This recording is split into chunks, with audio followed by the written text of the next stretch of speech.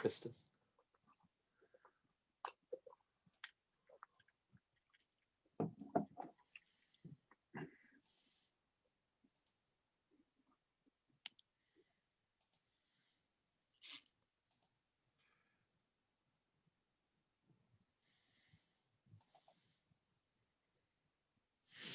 Nope. Turn off my camera. Live theater, ladies and gentlemen. We didn't rehearse this one. Great.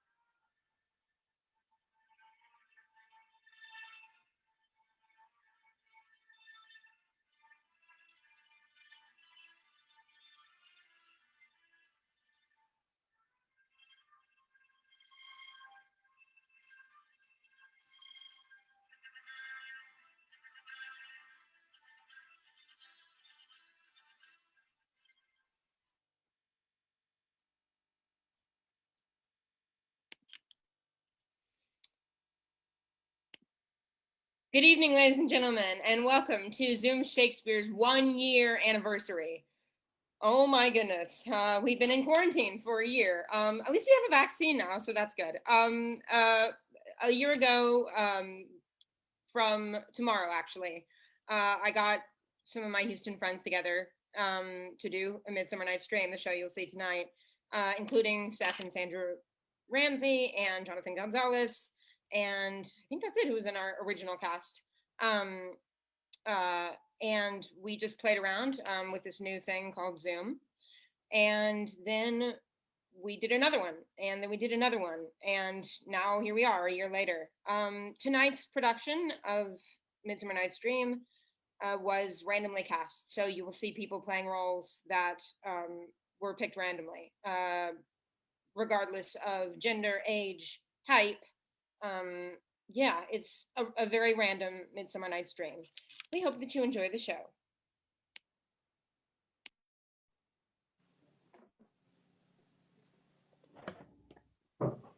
Now, fair Hippolyta, our nuptial hour draws on apace.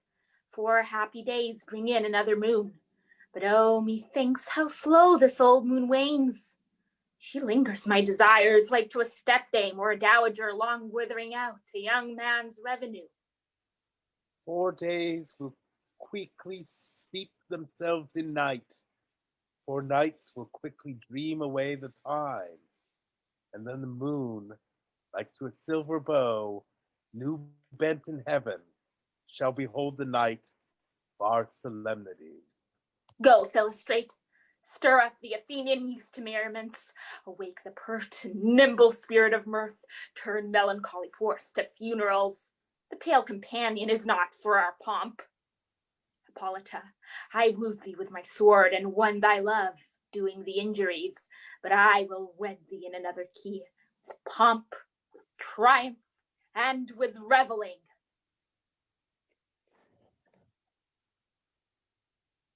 Happy be Theseus, our renowned Duke. Thanks, good Aegeus. What's the news with thee?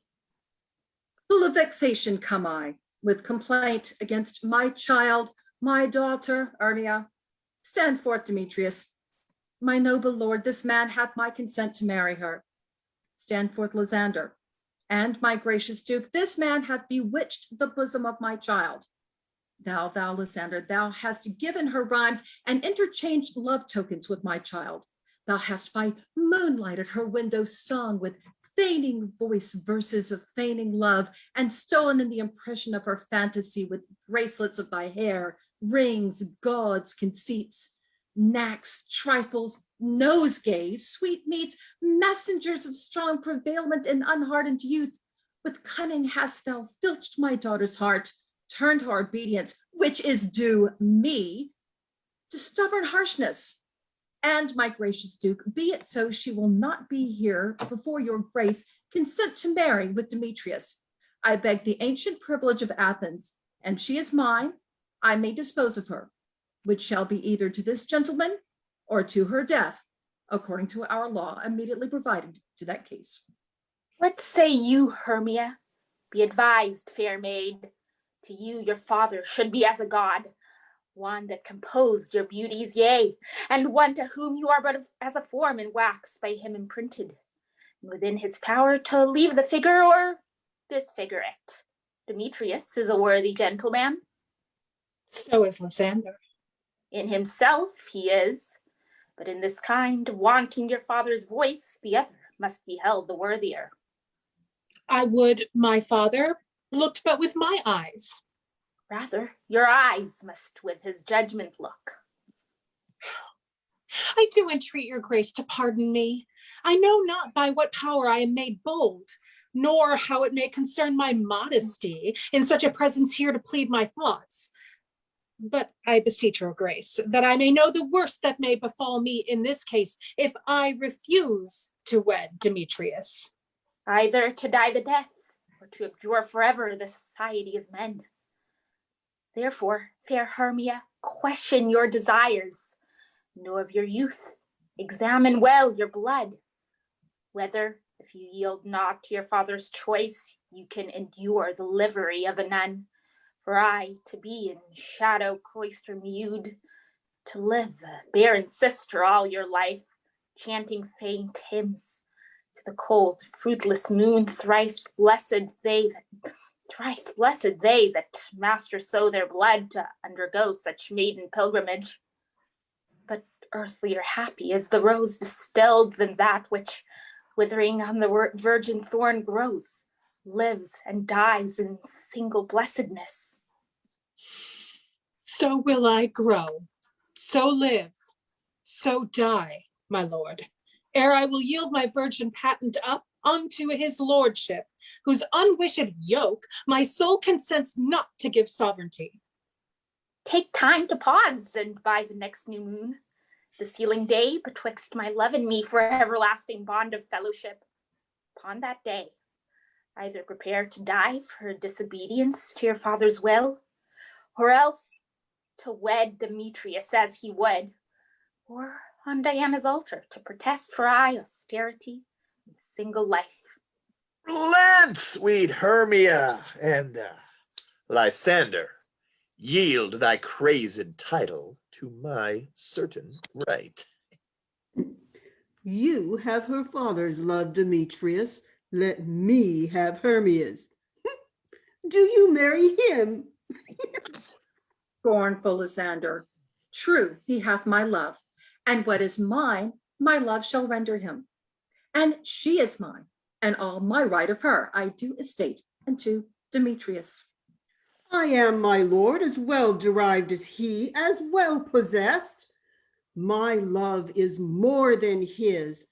My fortunes every way as fairly ranked, if not with vantage, as Demetrius, and which is more than all these boasts can be, I am beloved of beauteous Hermia. Why should not I then prosecute my right? Demetrius, I'll avouch it to his head, made love to Netter's daughter Helena, and won her soul, and she, sweet lady, devoutly dotes in idolatry upon this spotted and inconstant man. I must confess that I have heard so much, and with Demetrius thought to have spoke thereof. But being overfull of self-affairs, my mind did lose it. But Demetrius, come. And come, Aegeus, you shall go with me. I have some private schooling for you both. For you, fair Hermia, look to arm yourself to fit your fancies to your father's will, or else the law of Athens yields you up, which by no means we may extenuate, to death or to a vow of single life. Come, my Hippolyta, what cheer, my love. Demetrius and Aegeus, go along. I must employ you in some business against our nuptial and confirm with you of something nearly that concerns yourselves. With duty and desire, we follow you.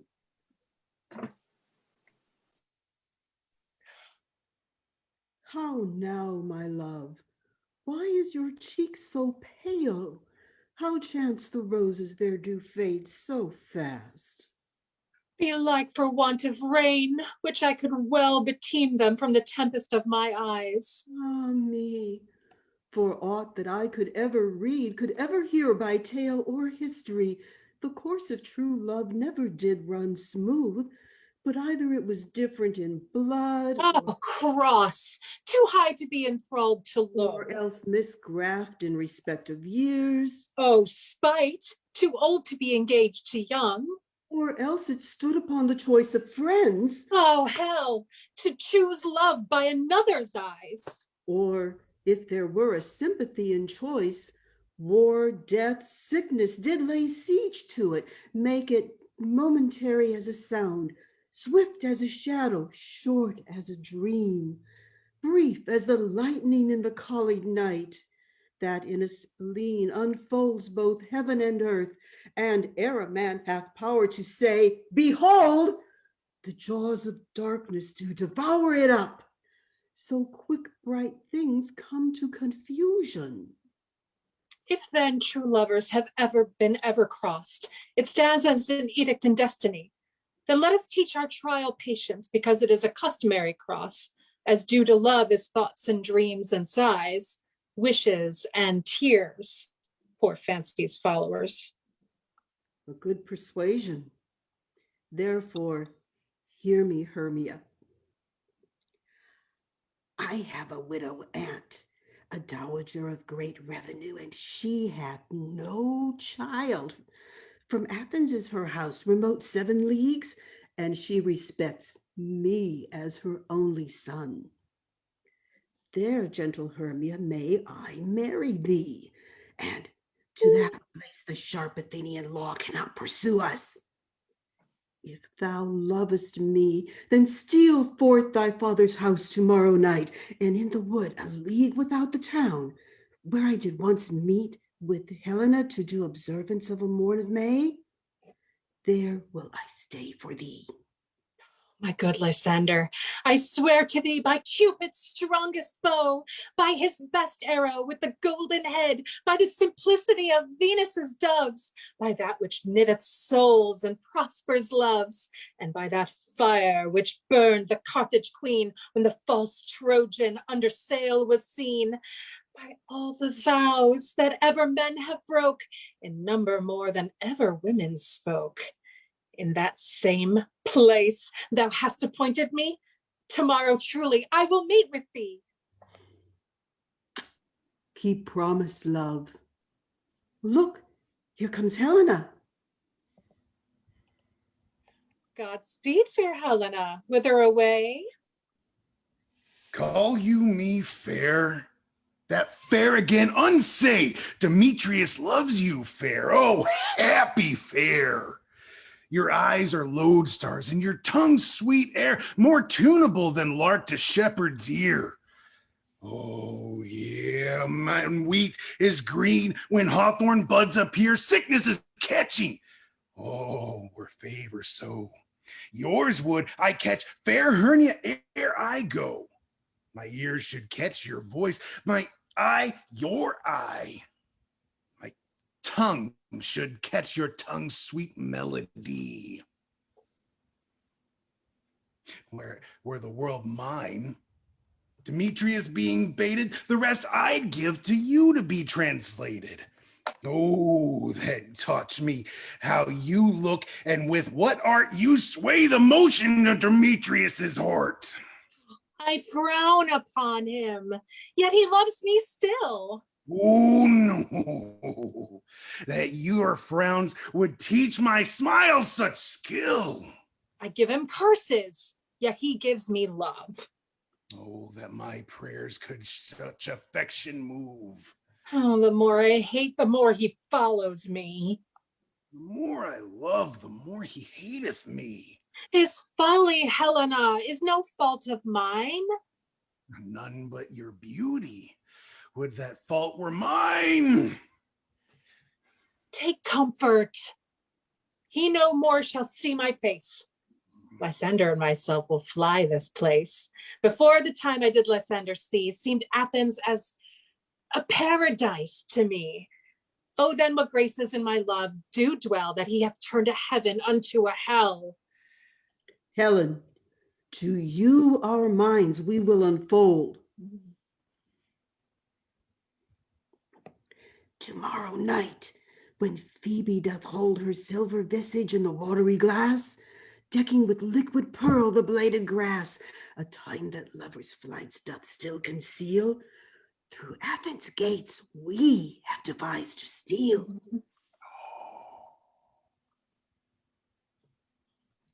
And in the wood, where often you and I upon faint primrose beds were wont to lie, emptying our bosoms of their counsel sweet, there my Lysander and myself shall meet, and thence from Athens turn away our eyes to seek new friends and stranger companies. Farewell, sweet playfellow. Pray thou for us, and good luck grant thee thy Demetrius. Keep word, Lysander. We must starve our sight from lovers' food till morrow deep midnight. I will, my Helena, my Hermia. Helena, adieu. As you on him, Demetrius dote on you.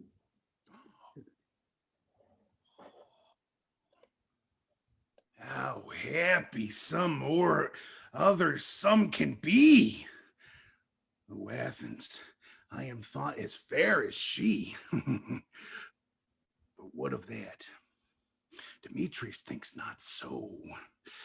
He will not know what all but he do know. And as heirs doting on Hermia's eyes, so I admiring of his qualities. Things base and vile, holding no quantity, love can transpose to form and dignity. Ooh, yeah. Love looks not with the eyes, but with the mind, and therefore is winged Cupid painted blind.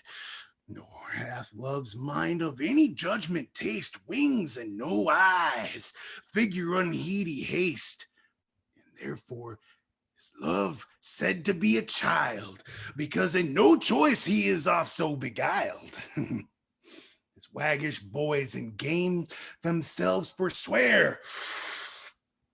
Oh, wow, man. And so when this hailsome heat from Hermia felt, so he dissolved, and showers of oaths did melt. I will go tell him fair Hermia's flight. Then to the wood will he be tomorrow night. Pursue her, and for this intelligence, if I have thanks, it is a dear expense, but herein mean to enrich my pain. Have his sight thither and back again.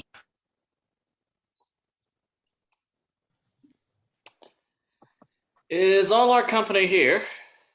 You were best to call them generally, man by man, according to the script. Here is the scroll of every man's name, which is thought fit through all Athens to play in our interlude before the Duke and Duchess on his wedding day at night. First, good Peter Quince, say what the play treats on, and read the names of the actors, and so grow to that point. Mary, our play is The Most Lamentable Comedy and Most Cruel Death of Pyramus and Thisbe. A very good piece of work, I assure you, and Mary. Now, good Peter Quince, call forth the actors by the scroll. Masters, spread yourselves.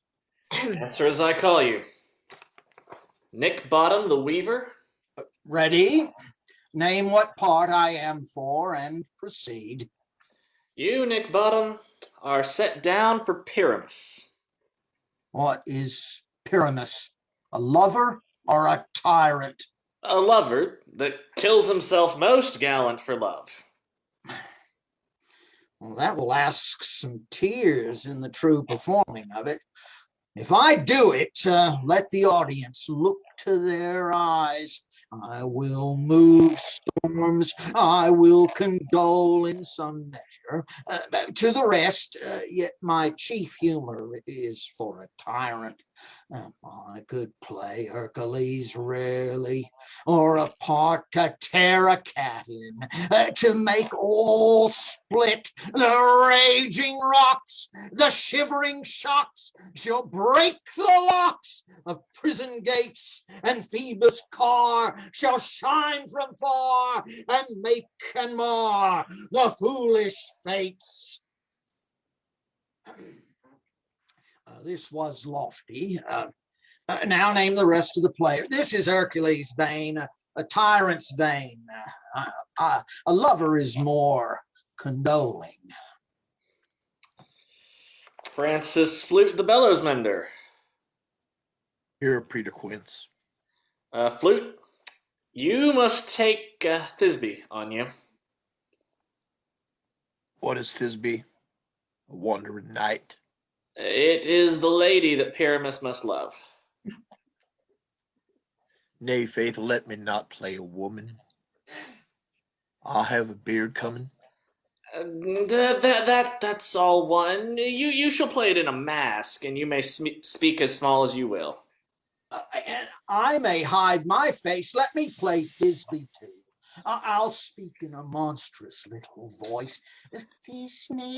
Thisbe, Pyramus, my lover dear, thy Thisbe dear and lady dear. No, you must play Pyramus. And flute, you Thisbe. Well, proceed. Robin Starveling, the tailor. Here, Peter Quint. Robin Starveling, you must play Thisbe's mother. Tom Snout, the tinker. Here, Peter Quince. You Pyramus' father. Myself, Thisbe's father. Snug the joiner, you the lion's part. And I hope here's a play fitted. Have you the lion's part written? Pray you, if it be, give it me, for I'm slow of study. You may do it extempore, for it is nothing but roaring. Let me play the lion too. I will roar that I will do any man's heart good to hear me. I will roar that I will make the Duke say, let him roar again, let him roar again. And you should do it too terribly. You would fright the Duchess and the ladies, that they would shriek. That were enough to hang us all. Oh, That would hang us. Every mother's son. I grant you, friends, if you should fright the ladies out of their wits, they would have no more discretion but to hang us. But I will aggravate my voice so that I will roar as gently as any sucking dove. I will roar you as 'twere a nightingale. You can play no part but Pyramus, for Pyramus is a sweet-faced man, a proper man as one shall see in a summer's day, a most lovely, gentlemanlike man. Therefore you must needs play Pyramus. Well, I will undertake it. What beard were best to play it in? What you will. Oh, I will discharge it in either your straw-colored beard, your orange tawny beard, your purple ingrain beard, or your French crown color beard, your perfect yellow. Some of your French crowns have no hair at all, and then you will play barefaced. But, masters, here are your parts, and I am to entreat you, request you, and desire you to con them by tomorrow night. Meet me in the palace wood, a mile without the town by moonlight. There will we rehearse, for if we meet in the city, we shall be dogged with company and our devices known. In the meantime, I will draw a bill of properties such as our play wants. I pray you fail me not. We will meet, and therefore we may rehearse most obscenely and courageously. Take pains, be perfect. Adieu. At the Duke's Oak we meet. Enough. Hold or cut your bowstrings.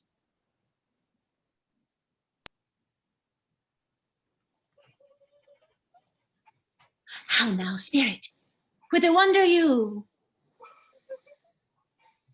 Over hill, over dale, through a bush, through a briar, over park, over pale, through a flood, through a fire. I do wander everywhere, swifter than the moon's spear, and I serve the fairy queen to do her orbs upon the green. The cowslips tall her pensioners be, and their gold coat spots you see. Those be rubies, fairy favors. In those freckles live their savors. I must go seek some dewdrops here and hang a pearl in every cowslip's ear. Farewell, thou love of spirits, I'll be gone. Our queen and her elves come here anon. No, the king doth keep his revels here tonight. Take heed, the queen come not within his sight.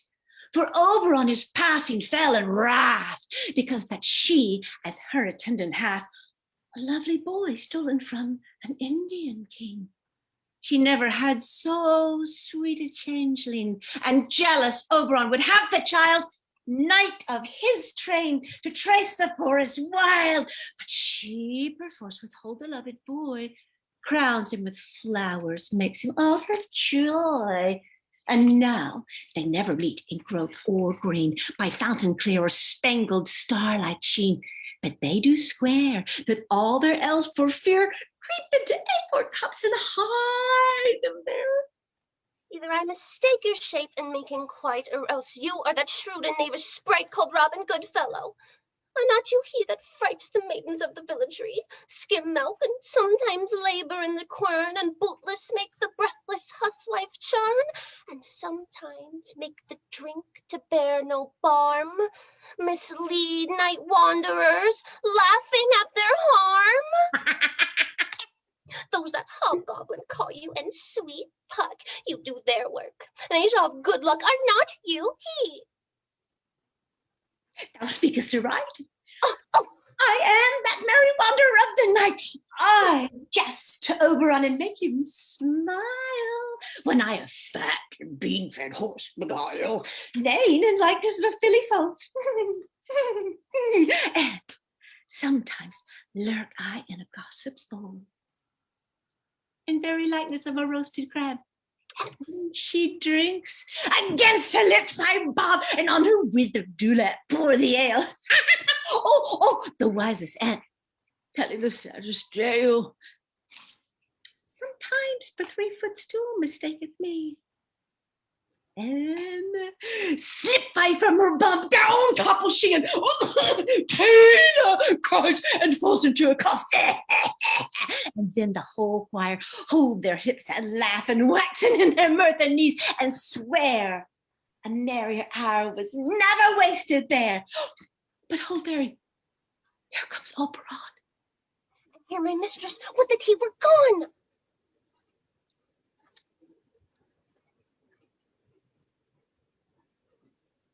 Ill met by moonlight, proud Titania. What, jealous Oberon? Fairy, skip hence. I have forsworn his bed and company. Harry, rash wanton. Am I not thy lord?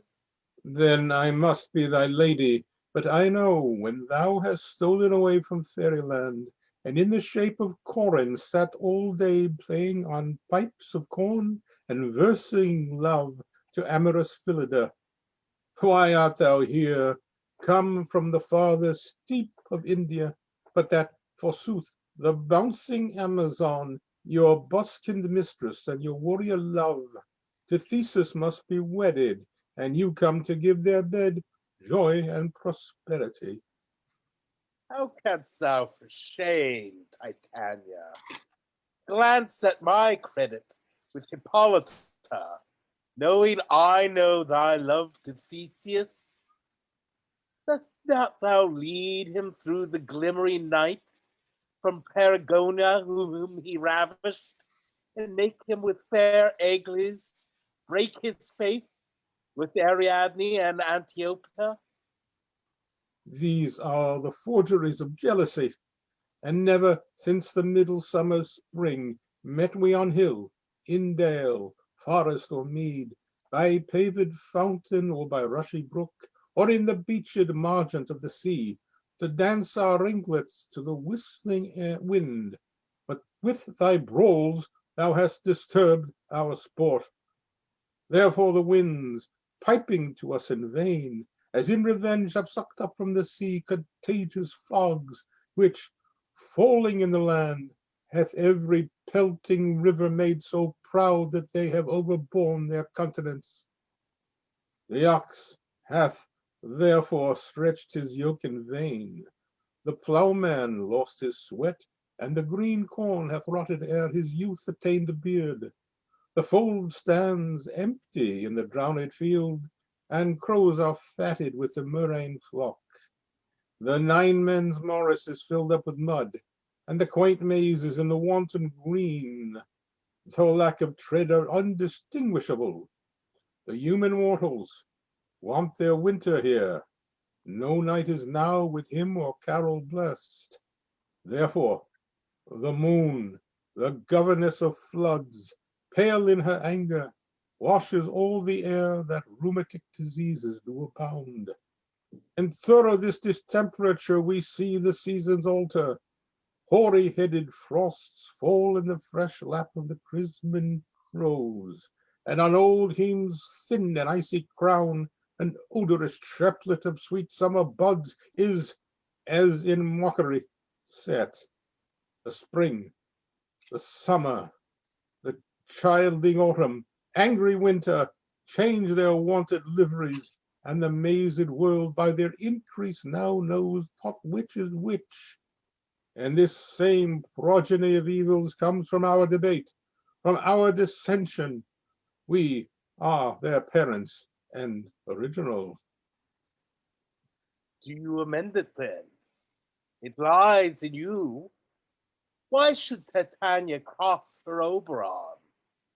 I do but beg a little changeling boy to be my henchman. Set your heart at rest. The fairyland buys not the child of me.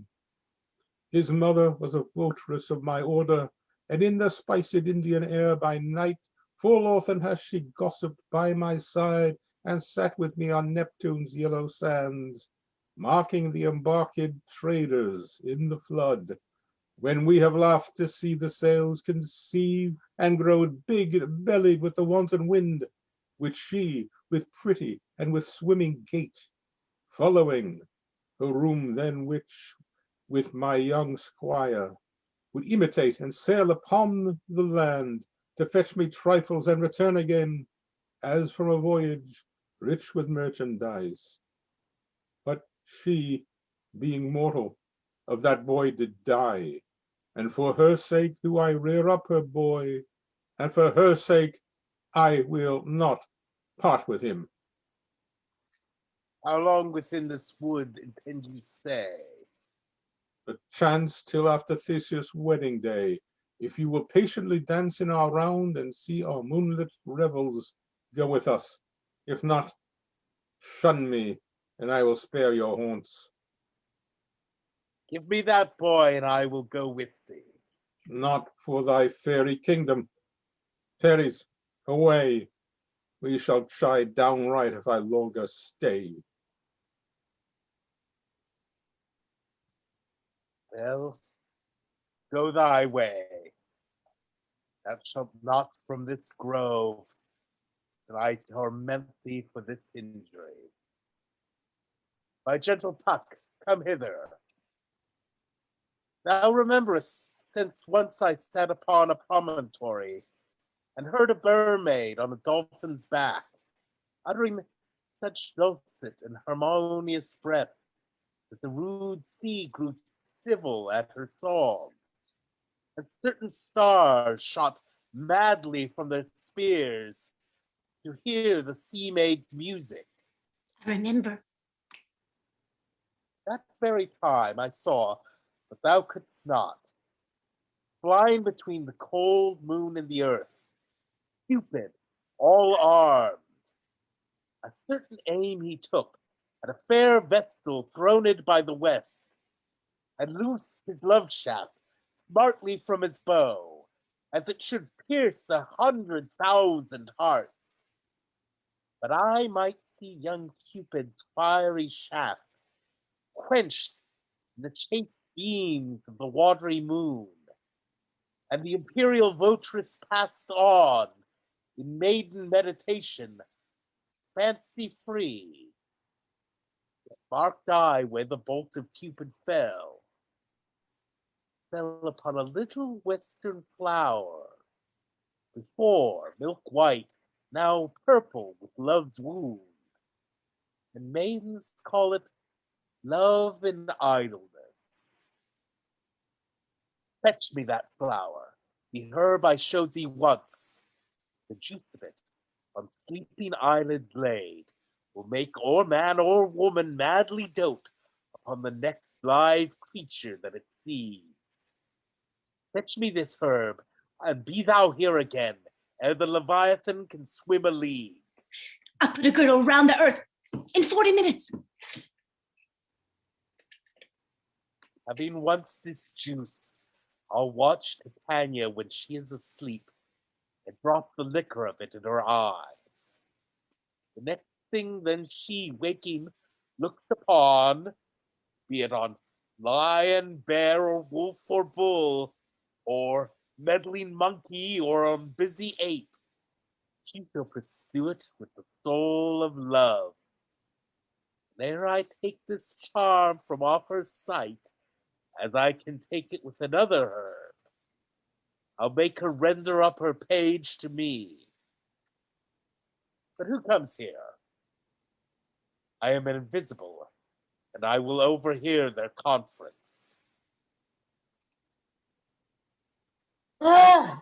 I love thee not, therefore pursue me not. Where is Lysander and fair Hermia? The one I'll stay, the other stayeth me. Thou toldst me they were here still unto this wood, and here I am, and wood within wood, because I cannot meet my Hermia.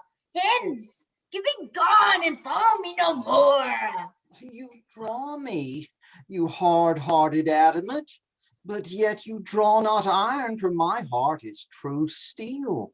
Leave you your power to draw, and I shall have no power to follow you. Do I entice you? Do I speak you fair? Or rather, do I not in plainest truth tell you, I do not, nor I cannot love you? And even for that do I love you the more. I am your spaniel, and Demetrius, the more you beat me, I will fawn on you. Use me but as your spaniel, spurn me, strike me, neglect me, lose me, only give me leave, worthy as I am, to follow you. What worser place can I beg in your love, and yet a place of high respect with me, and to be used as you use your dog? Tempt not too much the hatred of my spirit, for I am sick when I do look on thee. And I am sick when I look not on you.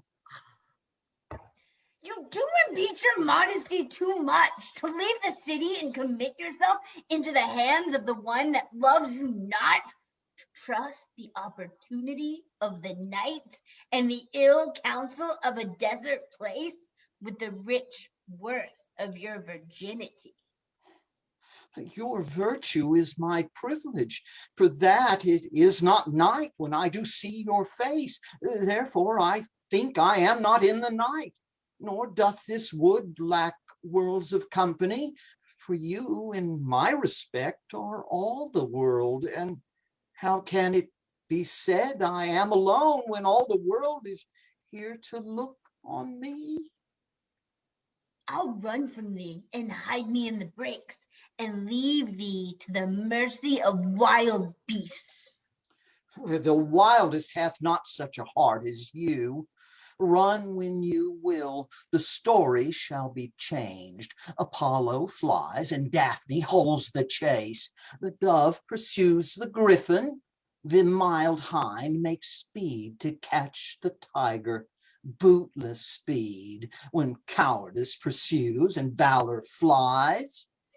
I will not stay thy questions. Let me go. Or, if thou follow me, do not believe, but I shall do thee mischief in these woods. Aye, in the temple, in the town, the field, you do me mischief. Fie, Demetrius, your wrongs do set a scandal on my sex. We cannot fight for love as men may do. We should be wooed, and we're not made to woo. I'll follow thee and make a heaven of hell to die upon the hand I love so well. Very well, nymph. Ere he do leave this grove, thou shalt fly him. He shall seek thy love. Hast thou the flower there? Welcome, wanderer. Ah, there it is. I pray thee, give it to me. I know a bank where the wild thyme blows, where oxlips and the nodding violet grows, quite over canopied with luscious woodbine, with sweet musk roses, and with eglantine. There sleeps Titania some time of the night, lulled in these flowers with dances and delight. And there the snake throws her enameled skin, weed wide enough to wrap a fairy in. With the juice of this, I'll streak her eyes, and make her full of hateful fantasies. Take thou some of it, and seek through this grove. A sweet Athenian lady is in love with a disdainful youth. Anoint his eyes, but do it when the next thing he espies may be the lady. Thou shalt know the man by the Athenian garments he hath on. Affect it with some care, that he may prove more fond on her than she upon her love. And look thou meet me ere the first cock crow. Oh, fear not, my lord, your servant shall so do.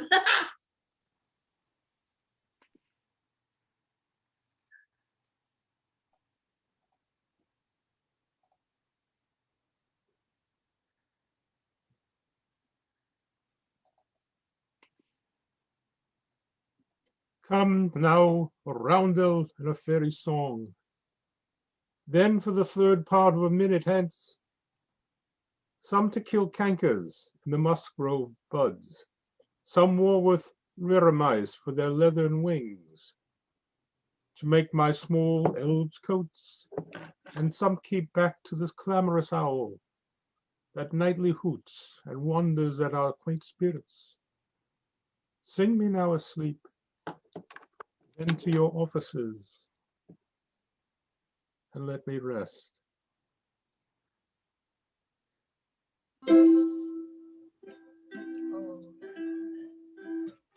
You spotted snakes with double tongue, thorny hedgehogs be not seen. Newts and blindworms do no wrong, come not near our fairy queen. Philomel with melody sing in our sweet lullaby. Never harm, nor spell, nor charm, come our lovely lady nigh. So good night with lullaby. Weaving spiders, come not here. Hence, you long-legged spinners, hence. Beetles black, approach not near. Worm nor snail do no offense. Philomel with melody sing in our sweet lullaby. Never harm, nor spell, nor charm, come our lovely lady nigh. So good night with lullaby. Hence away, now all is well. One aloof, stand sentinel. What thou seest when thou dost wake, do it for thy true love's sake.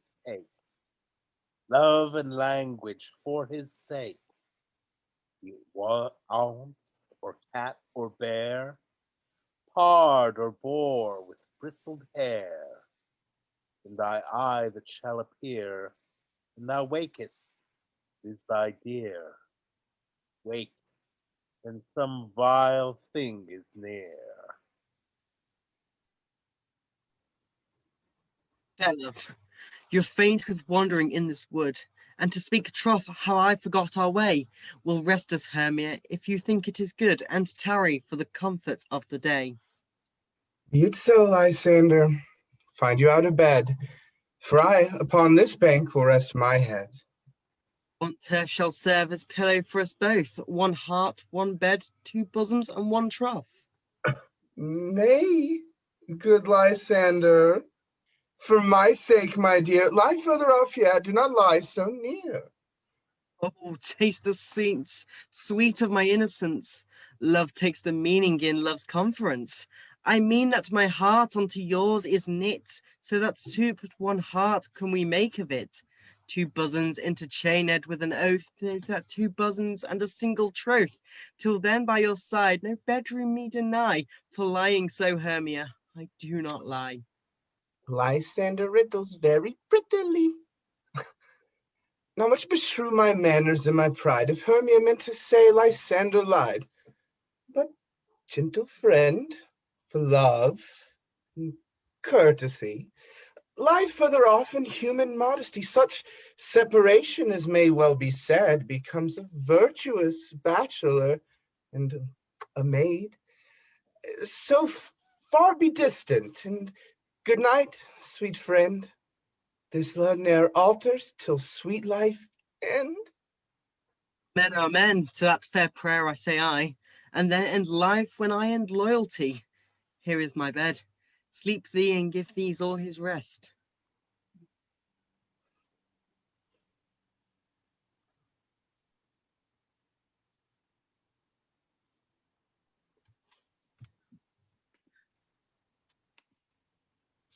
Through the forest have I gone, but Athenian found I none, and whose eyes I might approve this flower's force and stirring love. Night and silence.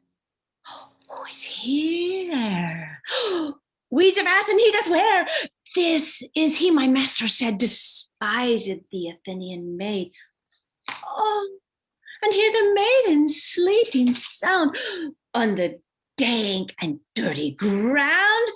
Pretty soul, she does not lie. Near this lack of this kill courtesy, churl upon the eyes, I throw all the powers this charm doth owe.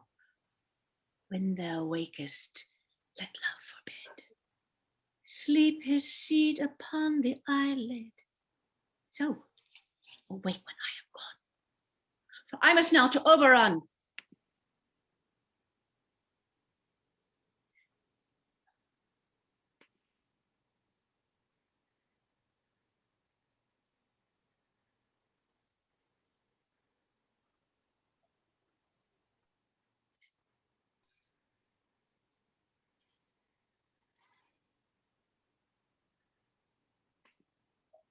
Stay, though thou kill me, sweet Demetrius! Charge thee hence, and do not haunt me thus. Oh, wilt thou, darkling, leave me so? Stay on thy peril. I alone will go.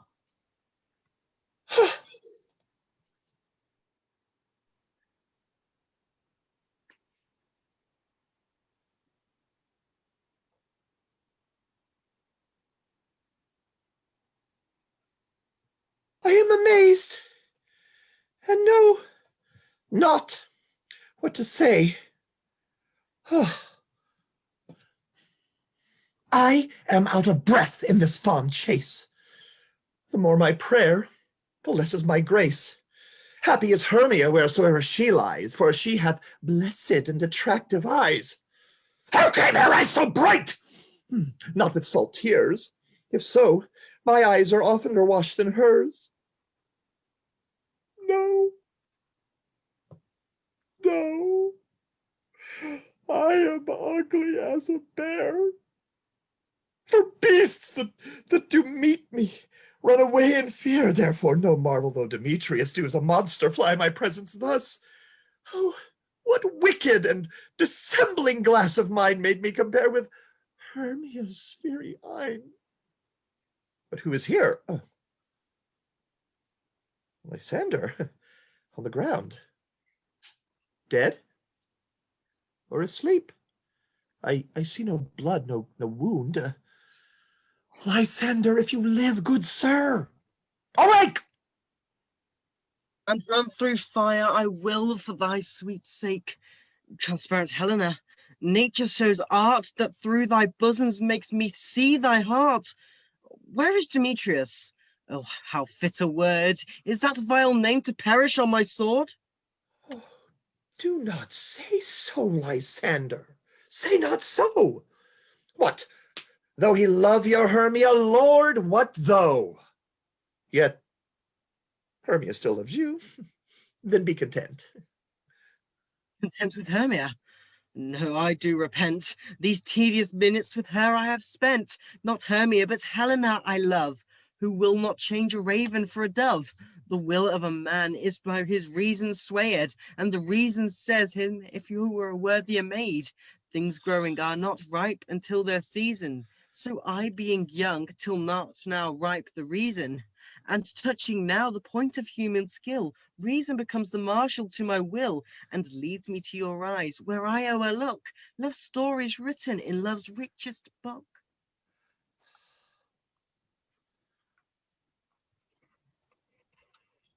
Wherefore was I to this keen mockery born?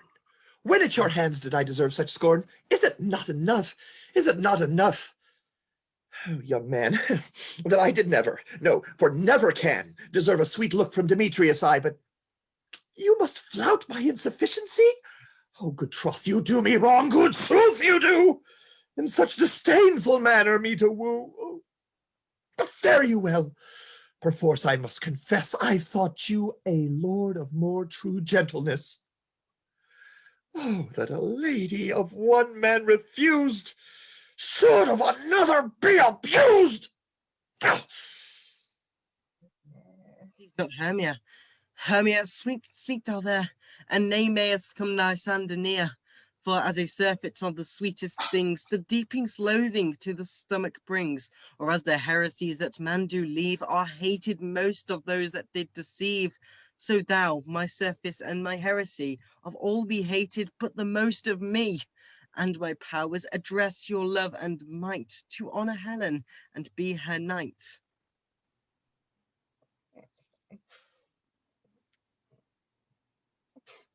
Help me! Lysander, help me! Do thy best to pluck this crawling serpent from my breast. Oh,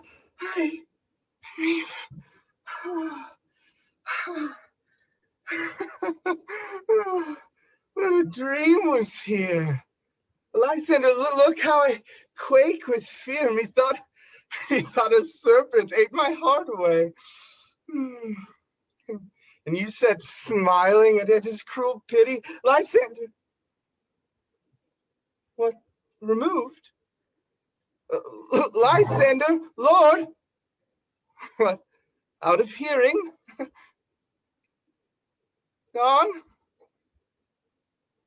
No sound, no word? Alack! Where are you? Speak. And if you hear, speak of our loves. I swoon almost with fear. No? Then I will perceive you are not nigh. Either death or you, I will find immediately.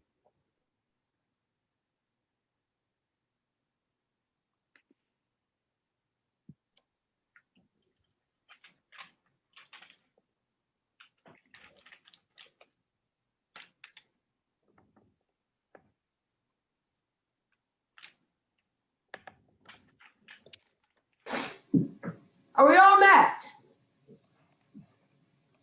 Cut.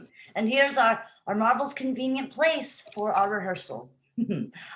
This green plot shall be our stage. This hawthorn break our tiring house. And we will do in action what we will do before the Duke, okay? Peter Quince. What sayest thou, bully bottom? There are things in this comedy of Pyramus and Thisbe that will never please. First, Pyramus must draw a sword to kill himself. The ladies cannot abide. How answer you that? By our lacking a perilous fear. I do believe we must leave the killing out when all is done. No, wait. No, I have a device to make all well. Write me a prologue. And let the prologue seem to say we will do no harm with our swords and that Pyramus is not killed indeed. And for the more better assurance, tell him that I, Pyramus, am not Pyramus, but Bottom the Weaver. That will put them out of fear. Well, we will have such a prologue, and it shall be written in 8 and 6. No. Make it 2 more. Let it be written in 8 and 8. Will the ladies not be afraid of the lion? Oh, I fear it. I promise you, I fear it. Oh, masters, you ought to consider with yourselves to bring in, God shield us, a lion among ladies is a most dreadful thing. For there is not a more fearful wildfowl than your lion living. We ought to look to it. Therefore, another prologue must tell him that it's not a lion. Now, nay, you must name his name, and half his face must be seen through the lion's neck, and he himself must speak through, saying thus, or to the same effect, ladies, or fair ladies, I wish you, or I would request you, or I would entreat you not to fear, not to tremble, my life for yours. If you think I come hither as a lion, it were pity of my life. No, I am no such thing. I am a man as other men are. And there indeed let him name his name and tell them plainly he snug the joint. Well, it shall be so. but there's two hard things. That is, bring the moonlight into a chamber, right? For you know, Pyramus and Thisbe meet by moonlight. Doth the moon shine the night we play our play? Our calendar! Look in the almanac. Find out the moonshine. Oh, yes, without a doubt, shine that night. Why then, may you leave a casement of the great chamber window where we play open, and may shine in the casement. Aye. Or else one must come with a bush and thorns and a lantern and say he comes to disfigure or to present the person of moonshine. And then there is another thing. Oh, we must have a wall in great chamber, for Pyramus and Thisbe, says the story, did talk to the chink in a wall. You can never bring in a wall. What say you, Bottom? Oh, some man or other must present wall. Let him have some plaster or some loam or some rough cast to signify wall. And let him hold his fingers thus. And through that cranny shall Pyramus and Thisbe whisper. Oh, if that may be, then all is well. Come, sit down. Every mother's son, and rehearse your parts. Pyramus, you begin. When you have spoken your speech, enter into that break. and so everyone, according to his cue.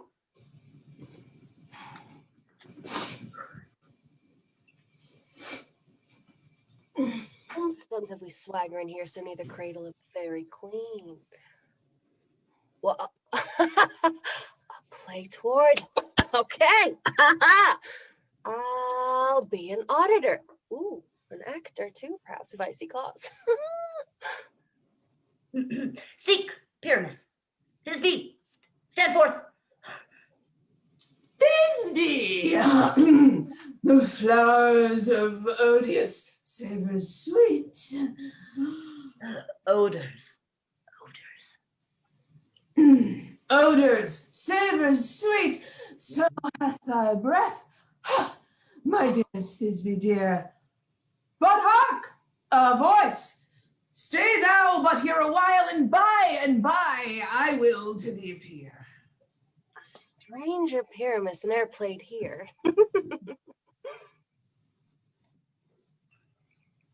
But must I speak now? Aye, Mary, must you. You must understand. He goes but to see a noise that he heard, and is to come again. Most radiant Pyramus, most lily white of hue, of color like the red rose on triumphant briar, most brisky juvenile, and eke most lovely Jew, as true as truest horse that yet would never tire. I'll meet thee, Pyramus, at Ninny's tomb. Ninny's tomb, man. Why you must speak that yet? That you answer to Pyramus. You speak You speak all your part once, cues and all. Pyramus, enter, and your cue past. It is never tire. Oh, as truest horse that yet would never tire. I were fair, me, I were only thine. Okay, oh, monstrous, strange. We are haunted. Oh, pray, masters, fly, masters, help. I'll follow you. I'll lead you about around through bog, through bush, through brake, through briar. Sometimes a horse I'll be, sometimes a hound, a hog, a headless bear, sometimes a fire, and neigh, and woo, woo, woo, woo, and and and burn like horse, hound, hog, bear, fire at every turn. Why do they run away? This is a knavery of them to make me afeard. Oh, Bottom, thou art changed. What do I see all gone on here? What do you see? You see an asset of your own, do you?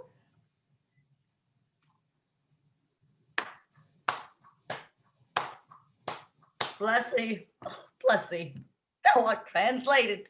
Good job, Bottom. I see their knavery.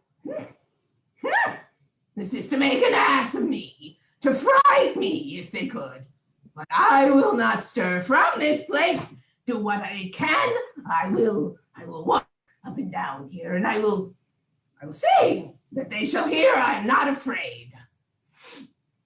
The woozle cop so black of hue, with orange shawny bill, the throstle with his note so true, the red with little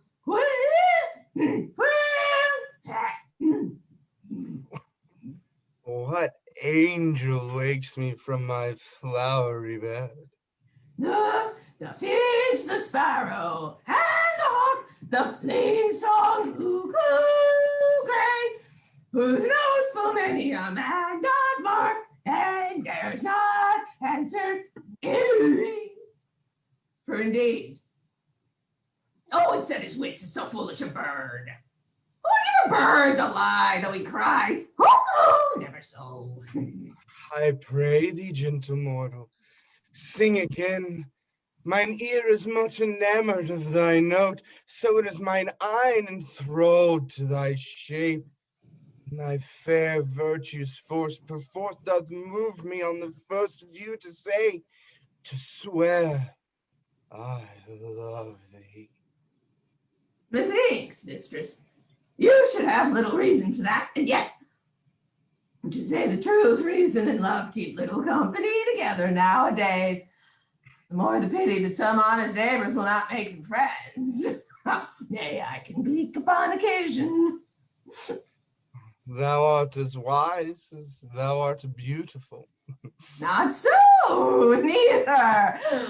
But if I had wit enough to get out of this wood, I had enough to serve mine own turn.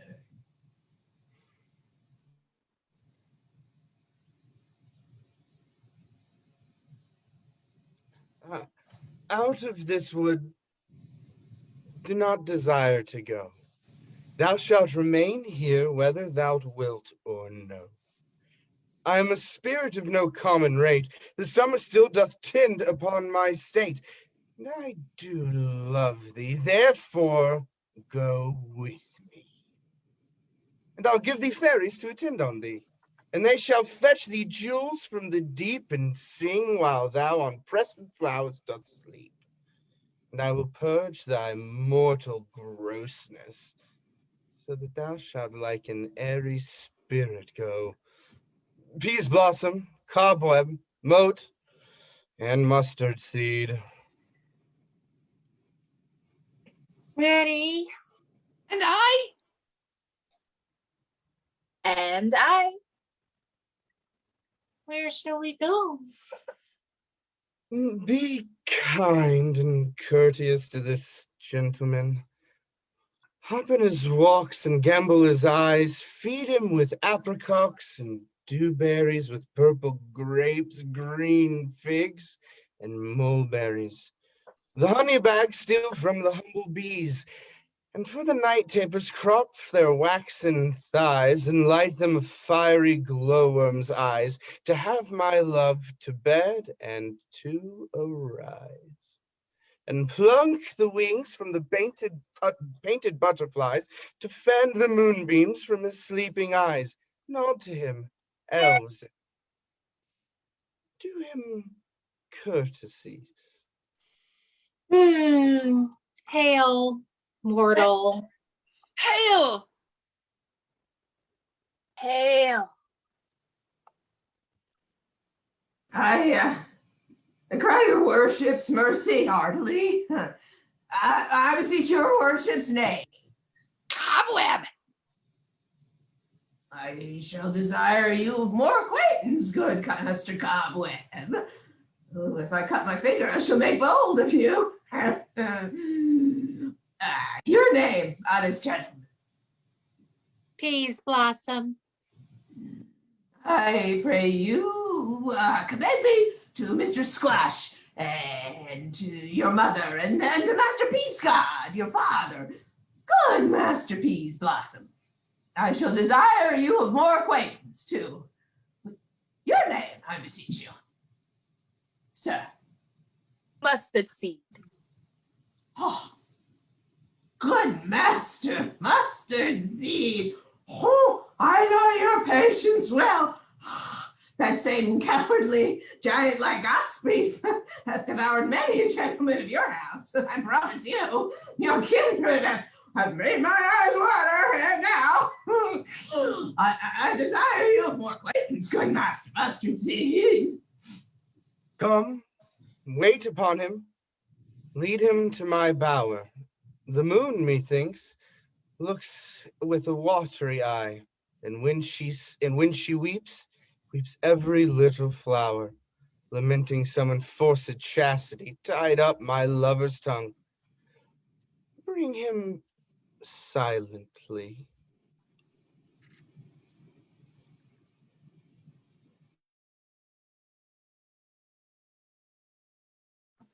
I wonder if Titania be awaked, then what it was that next came in her eye, which she must dote on in extremity.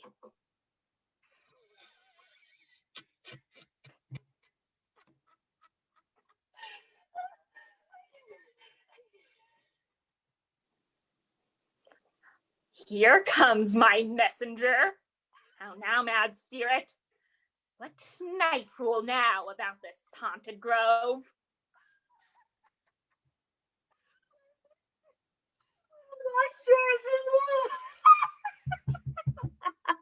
Near to her close and consecrated bower, while she was in her dull and sleeping hour, a crew of pages, rude mechanicals that work for bread upon Athenian stalls, were met together to rehearse a play intended for the great Theseus nuptial day. The shallowest thick skin of that barren sort who Pyramus presented in their sword forsook his seat and entered in a break, when I did him at this advantage take. And as his knoll fitted on his head, anon his Thisbe must be answered. And forth my mimic comes, when they him spy, as wild geese that creeping fowler eye, or russet planted claws in many sorts, rising and cawing at the cub's report, sever themselves and madly sweep the sky. So at his sight, away his fellows fly, and at our step here, and o'er one falls. He murder cries, and help from Athens calls. Their sense thus weak, lost with their fears, thus strong, made senseless things begin to do them wrong. For briars and thorns at their apparel snatch, some sleeves, some hats, from yielders, all things I led them on this distracted fear, and left sweet Pyramus translated there. When in that moment came to pass, so it came, Titania waked and straightway loved an ass. Oh, this falls out better than I could devise. But hast thou yet fletched the Athenian's eyes with the love juices I did bid thee do? I took him sleeping, I was finished too, and the Athenian woman by his side, that when he waketh of force, she must be eyed. Stand close. This is the same Athenian. Oh, this is the woman, but not this the man.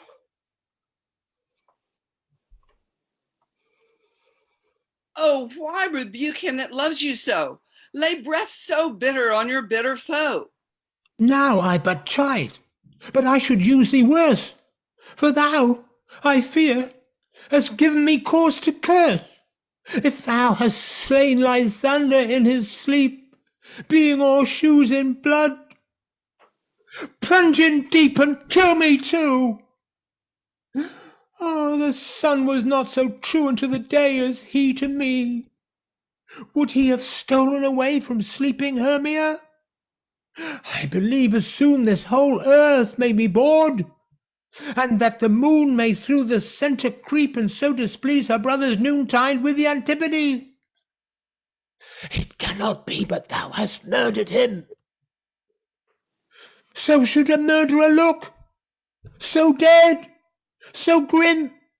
So should the murdered look, and so should I, pierced through the heart with your stern cruelty. Yet you, the murderer, look bright, as clear as yonder Venus in her glimmering sphere. What's this to my Lysander? Where is he? Oh, good Demetrius, wilt thou give him me? I'd rather give his carcass to my hounds. Oh, out, dog! Out, cur! Thou drivest me past the bounds of maiden's patience. Hast thou slain him then? Henceforth be never numbered among men. Oh, once tell true. Tell true, even for my sake. Durst thou have looked upon him being awake? And hast thou killed him sleeping? Oh, brave touch. Could not a worm, an adder, do so much? An adder did it, for with doubler tongue than thine, thou serpent, never adder sung. You spend your passion on a misprized mood. I am not guilty of Lysander's blood, nor is he dead for aught that I can tell. I pray thee tell me then that he is well. And if I could, what would I get there for? Huh? What would I get? A privilege never to see me more. And from thy hated presence part I so. See me no more, whether he be dead or no. There is no following her in this fierce vein. Here therefore for a while I will remain. So sorrow's heaviness doth heavier grow, for debt that bankrupt sleep doth sorrow owe, which now in some slight measure it will pay. Ever is tender here, I will make some stay. What hast thou done? Thou hast mistaken quite, and laid the love juice on some true love's sight. Thy misprision must perforce ensue some true love turned, and not a false turn true. Thou one man holding troth, a million fail confounding oath by oath. Without the wood goes swifter than the wind, and Helena of Athens look thou find.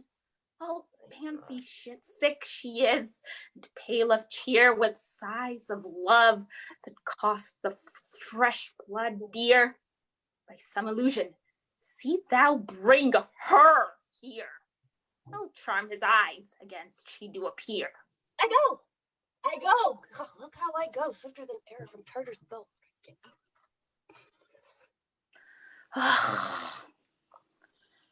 Flower of this purple dye, hit with Cupid's archery, sink the apple of his eye.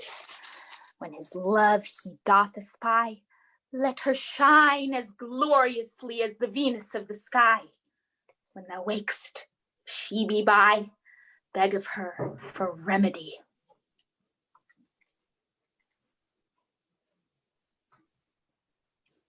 Captain of our fairy band, Helena, is here at hand, and the youth, must note by me, pleading for a lover's fee, shall we their fond pageant see?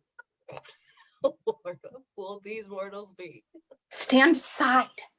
The noise they make will cause Demetrius to awake. Then will two at one woo one that must needs be sport alone, and those things do best please me that befall prosperously. Why should you think that I should woo and scorn? Scorn and derision never come in tears. Look, when I vow, I weep, and vows so born in their nativity, all truth appears. How can these things in me seem scorn to you, bearing the badge of faith to prove them true? You do advance your cunning more and more when truth kills truth. Oh! Devilish holy fray! These vows are Hermia's. Will you give her o'er? Weigh oath with oath, and you will nothing weigh. Your vows to her and me, put in two scales, will even weigh, both as light as tails. I had no judgment when to her I swore. Nor none in my mind when you gave her o'er. Demetrius loves her, and he loves not you. Oh, Helena, goddess, nymph, perfect, divine, what, my love, shall I compare thine eyne? Crystal is muddy. How ripe in show thy lips, those kissing cherries tempting grow. That pure congealed white, high Taurus snow, fanned with eastern wind, turns to a crow when thou hold'st up thy hand. Oh, let me kiss this princess of pure white, the seal of bliss. Oh, spite! Oh, hell! I see you are all bent to set against me for your merriment. If you were civil and knew courtesy, you would not do me this much injury. Oh, can you not hate me as I know you do, but you must now join in souls to mock me too? If you were men, as men you are in show, you would not use a gentle lady so, to vow and swear and superpraise my part when I am sure you hate me in your hearts. You are both rivals and love Hermia, and now are both rivals to mock Helena. Oh, a trim exploit, a manly enterprise, to conjure up tears in a poor maid's eyes with your derision. None of noble sort would offend a virgin and extort a poor soul's patience to make you sport. You are unkind, Demetrius. Be not so, for you love Hermia. This you know, I know.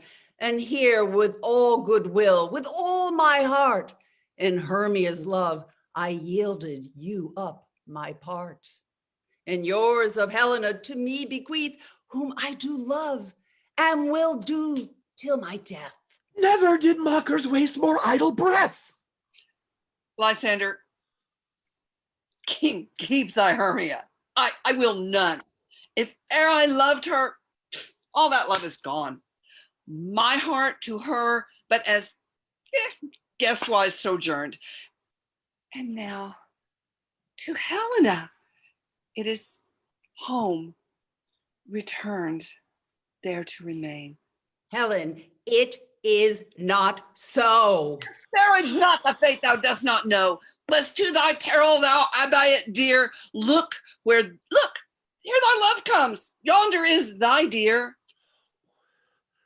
Dark night, that from the eye his function takes, the ear more quick of apprehension makes, wherein it doth appear the seeing sense it pays the double hearing recompense. Thou art not by mine eye, Lysander, found, mine ear, I thank it, brought me to thy sound. But Why unkindly didst thou leave me so? Why should he stay whom love doth press to go? What love could press Lysander from my side? Lysander's love that would not let him bide, fair Helena, whom more ingilds the night than you all yon fiery O's and eyes of light. Why seeketh thou me?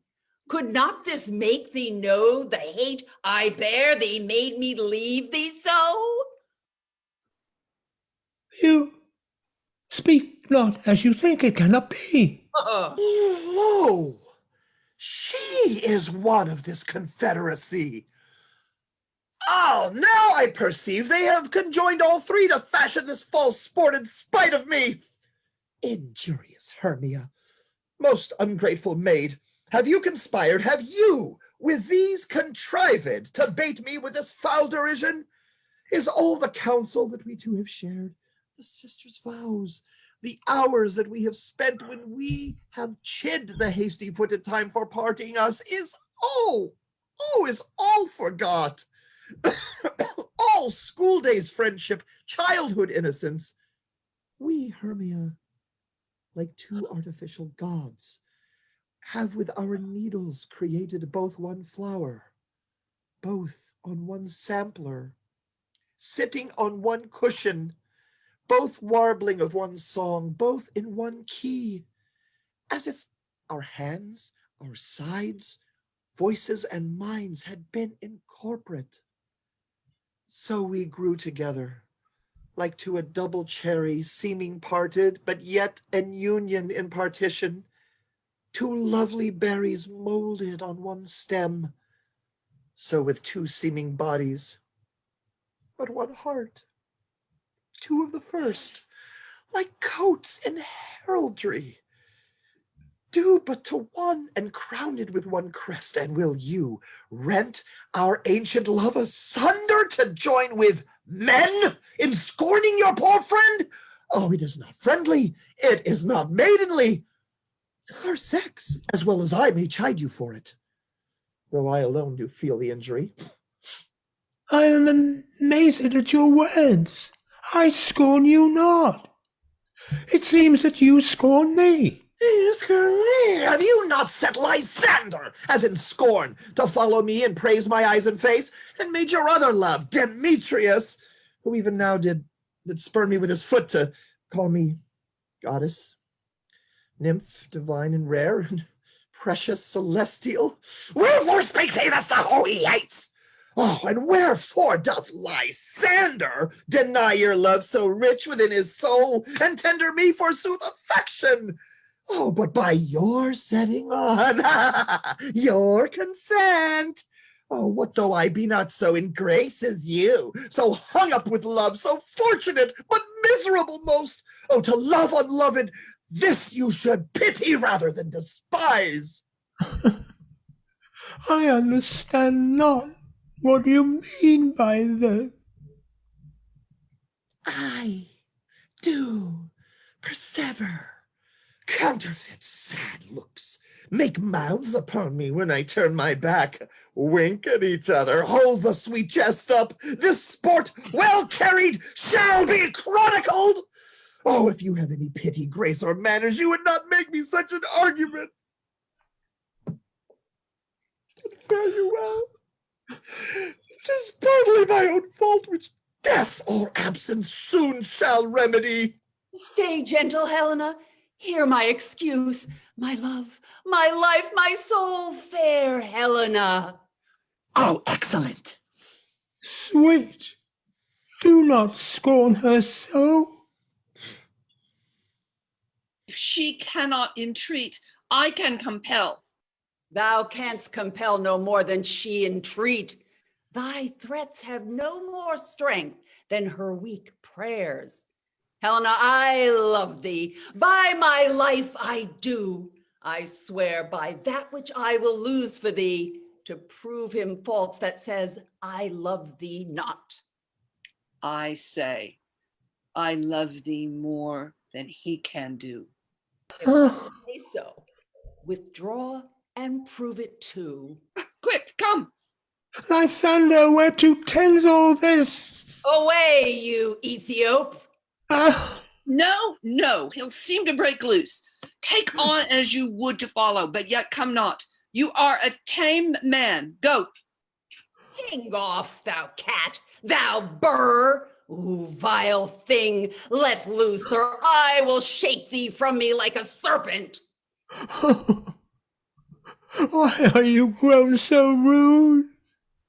What change is this? Sweet love. Thy love? Oh, out, tawny Tartar, out! Out, loathed medicine, oh, hated potion, hence! Do you not jest? Yes, sooth, and so do you. Demetrius, I will keep my word with thee. I would I had your bond, for I perceive a weak bond holds you. I'll not trust your word. What? Should I hurt her? Strike her? Kill her dead? Although I hate her, I'll not harm her so. What? Can you do me greater harm than hate? Hate me? Wherefore? Oh me, what news, my love? Am I not Hermia? Are not you Lysander? I am as fair now as I was erewhile. Since night you loved me, yet since night you left me. Why, then, you left me? Oh, the gods forbid, in earnest, shall I say? I, by my life, and never did desire to see thee more. Therefore, be out of hope, of question, of doubt. Be certain, nothing truer, 'tis no jest, that I do hate thee and love Helena. Oh, me! You juggler, you cankerblossom, you thief of love! What, have you come by night and stolen my love's heart from him? Fine in faith.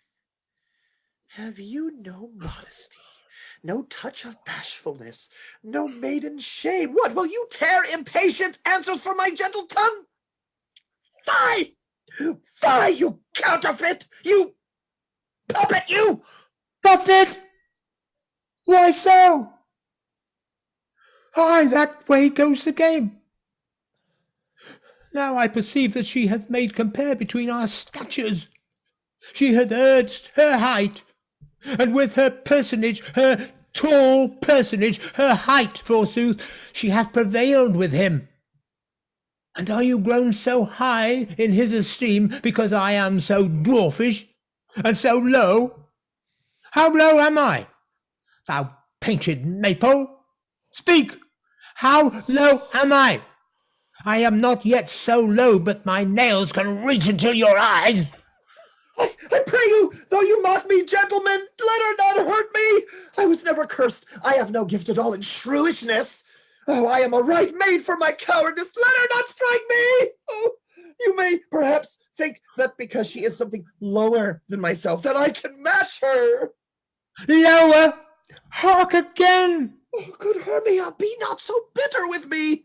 I evermore did love you, Hermia, did ever keep your counsels, never wronged you. And save that, in love unto Demetrius, I told him unto your stealth into this wood, he followed you, love, and I followed him for love, but he hath chid me hence and threatened me to strike me, to spurn me, to kill me too. And now, so you will let me quiet go to Athens, will I bear my folly back and follow you no further. Let me go. You see how simple and how fond I am. Why, get you gone. Who is it that hinders you? A foolish heart that I left here behind. What? With Lysander? With Demetrius! Be not afraid, she shall not harm thee, Helena. No, sir, she shall not, though you take her part. Oh, and she is angry, she is keen and shrewd. Oh, she was a vixen when she went to school, and though she be but little, she is fierce. Little again! Nothing but low and little. Why will you suffer her to flout me this?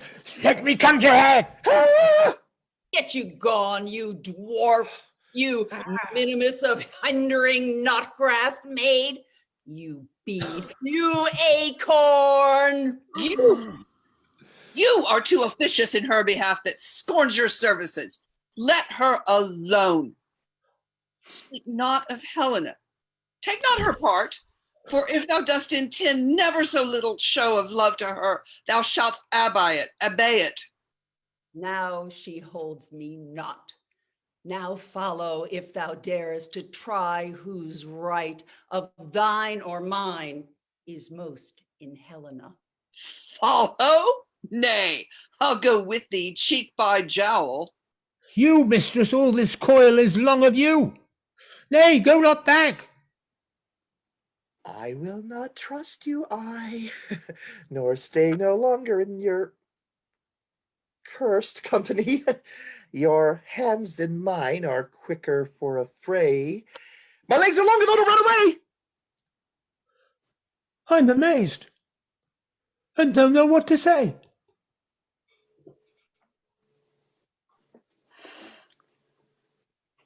This is thy negligence. Still thou mistakest, or else commits thy knaveries willfully. Believe me, King of Shadows, I mistook. Did not you tell me I should know the man by the Athenian's garments he had on? And so far blameless proves my enterprise that I have anointed an Athenian's eyes.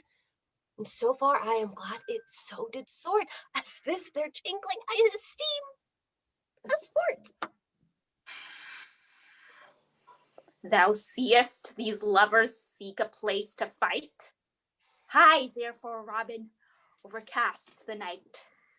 The starry welkin cover thou anon with drooping fog as black as Acheron, and lead these testy rivals so astray as one not come within another's way. Like to Lysander sometime frame thy tongue, then stir Demetrius up with bitter wrong.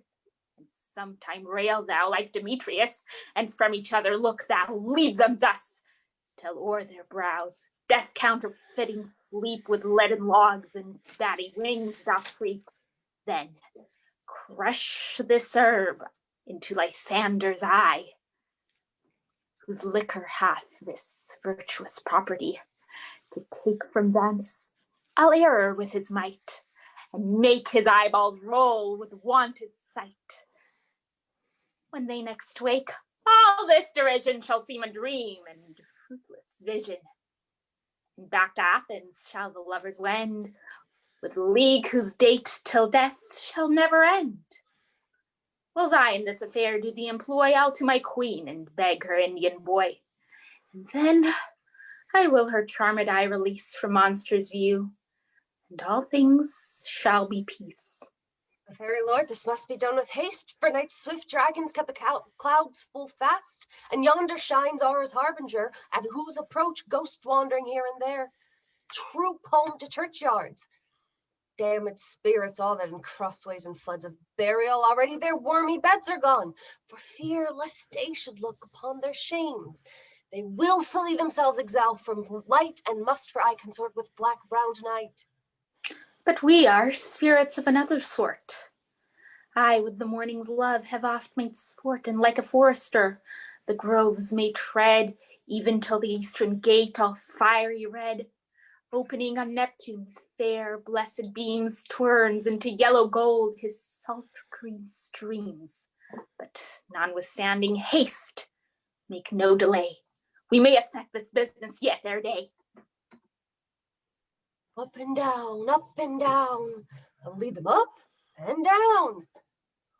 Beard and field and town, goblin, lead them up and down. Oh, here comes one. Where art thou, proud Demetrius? Speak thou now. Here, villain, drawn and ready. Where art thou? I will be with thee straight.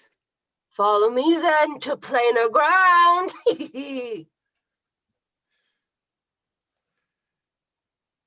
Lysander, speak again. Thou runaway, thou coward, art thou fled? Speak. In some bush? Where dost thou hide thy head? Thou coward, art thou bragging to the stars, telling the bushes that thou look'st for wars, and wilt not come? Come, recreant, come, thou child. I'll whip thee with a rod. He's defiled that draws a sword on thee. Yea, art thou there? Follow my voice, voice, voice. We'll try no manhood here. He goes before me and still dares me on. When I come where he calls, then he is gone. The villain is much lighter heeled than I. I followed fast, but faster he did fly. That fallen am I in dark, uneven way, and here will rest me. Come, thou gentle day, for if but once thou show me thy gray light, I'll find Demetrius and revenge this bite. Ho, ho, ho. Coward, why comest thou not? Abide me, if thou darest. For well I wot thou runnest before me, shifting every place, and darest not stand, nor look me in the face. Where art thou now? Come hither, I am here. Nay, then thou mockest me. Thou shalt buy this dear, if ever I thy face by daylight see. Now go thy way, faintness constraineth me to measure out my length on this cold bed. My day's approach look to be visited.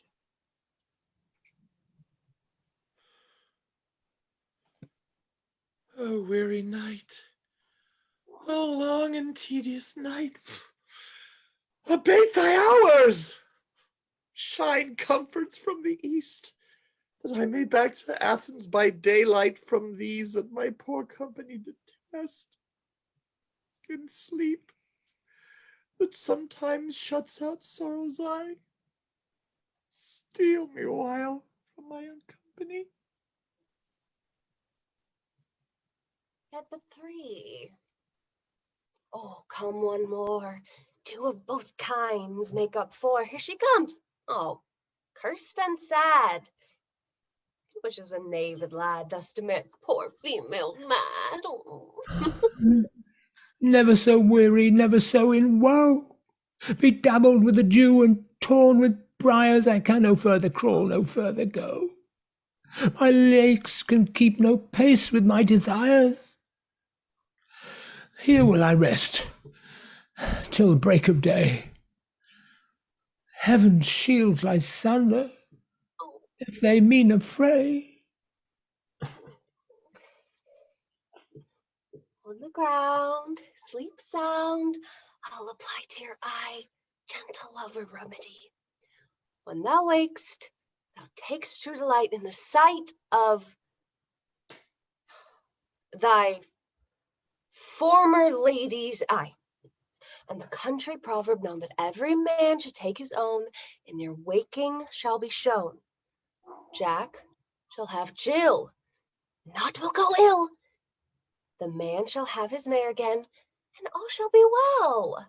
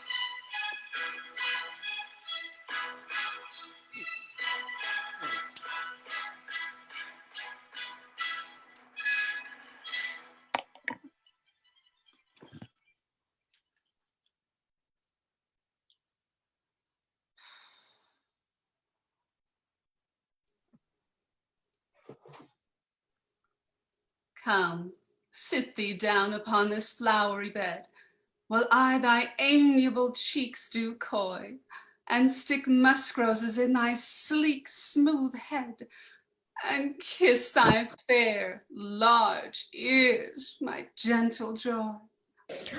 Where's Peas Blossom? Scratch my head, Peas Blossom. Where's Monsieur Cobweb?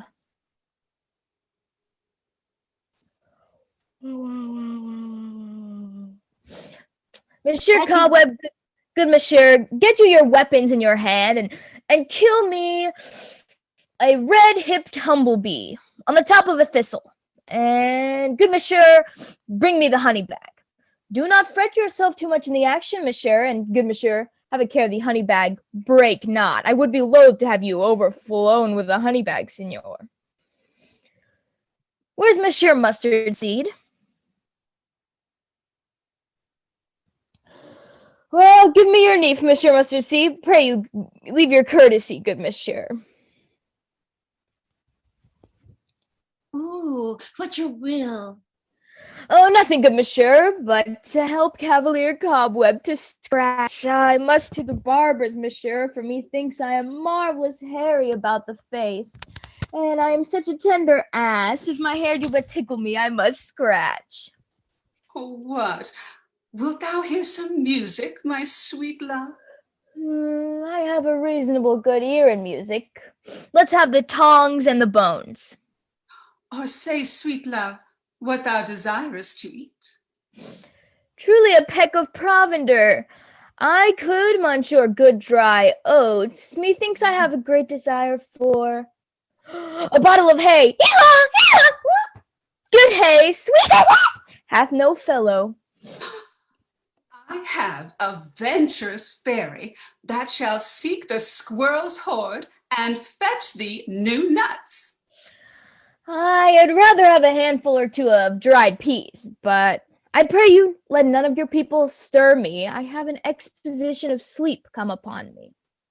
Oh, sleep thou, and I will wind thee in my arms. Fairies, be gone, and be always away. So doth the woodbine, the sweet honeysuckle, gently entwist.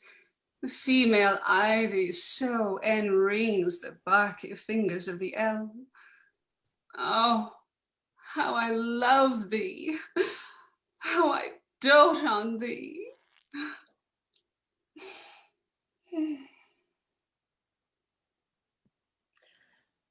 Welcome, good Robin. Seest thou this sweet sight? Her dotage I do begin to pity. For meeting her of late behind the wood, seeking sweet favors for this hateful fool, I did upbraid her, and fall out with her. For she has hairy temples that have rounded with coronet of fresh and fragrant flowers, and in that same dew which sometime on the buds was wont to swell like round and orient pearls. So now with the pretty florist's eyes, like tears that did their own disgrace bewail. When I had my pleasure taunted her, and she in mild terms begged my patience, I then did ask of her changeling child, which straight she gave me, and her fairy sent to bear him to my bower in fairyland. And now I have a boy, the boy. I will undo this hateful imperfection of her eyes. And gentle Puck, take this transformed scalp from the head of this Athenian swain, that he, awakening when the other do, may all Athens begin back repair, and think no more of this night's accidents, but the fierce vexation of a dream. But first I will release the fairy queen.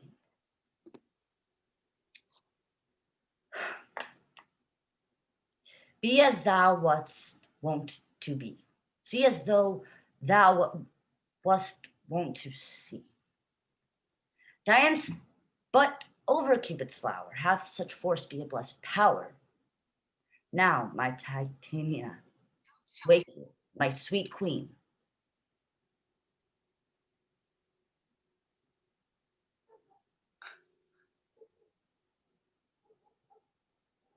My Oberon. What visions have I seen? Methought I was enamored of an ass. There lies pure love. How came these things to pass? Oh, how mine eyes do loathe his visage now. Silence a while. Robin, take off this head. Titania must music call and strike more dead that common sleep of all of these. 5 the sense. Music, ho, music such as charmeth sleep. Now, when you wakest, with thine own fool's eyes peep. Sound music, come my queen. Take hands with me, and rock the ground whereon these sleepers be. Oh, now thou and I are new in enmity. I will tomorrow midnight solemnly dance in Duke Theseus's house triumphantly, and bless it to all fair prosperity. There shall the pairs of faithful lovers be, wedded with Theseus and all jollity. Fairy king, attend and mark. I do hear the morning lark. Then, my queen, in silence and sad trip, we after night's shade. We the globe can compass soon, swifter than the wandering moon. Come, my lord, and in our flight, tell me how it came this night that I sleeping here was found with these mortals on the ground.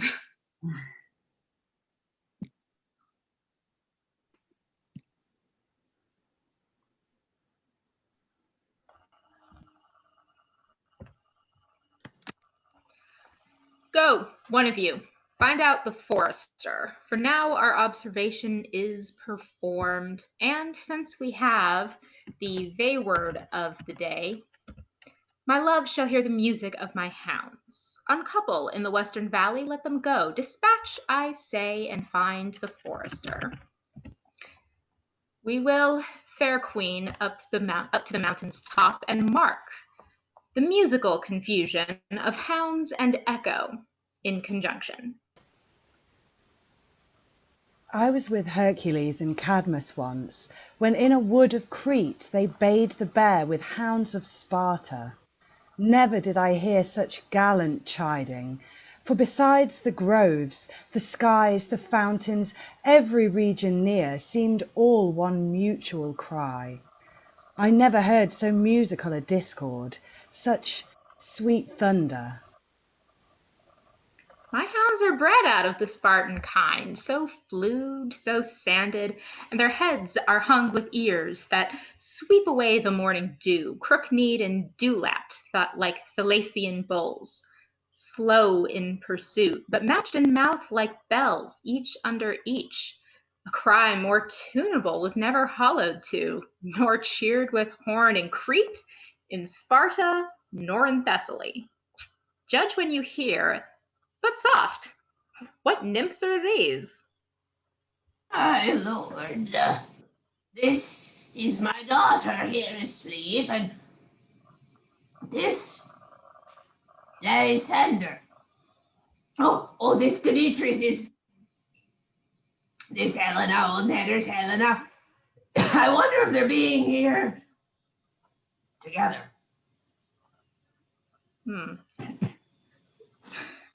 No doubt they rose up early to observe the rite of May, and hearing our intent, came here in grace of our solemnity. But speak, Aegeus, is not this the day that Hermia should give answer of her choice?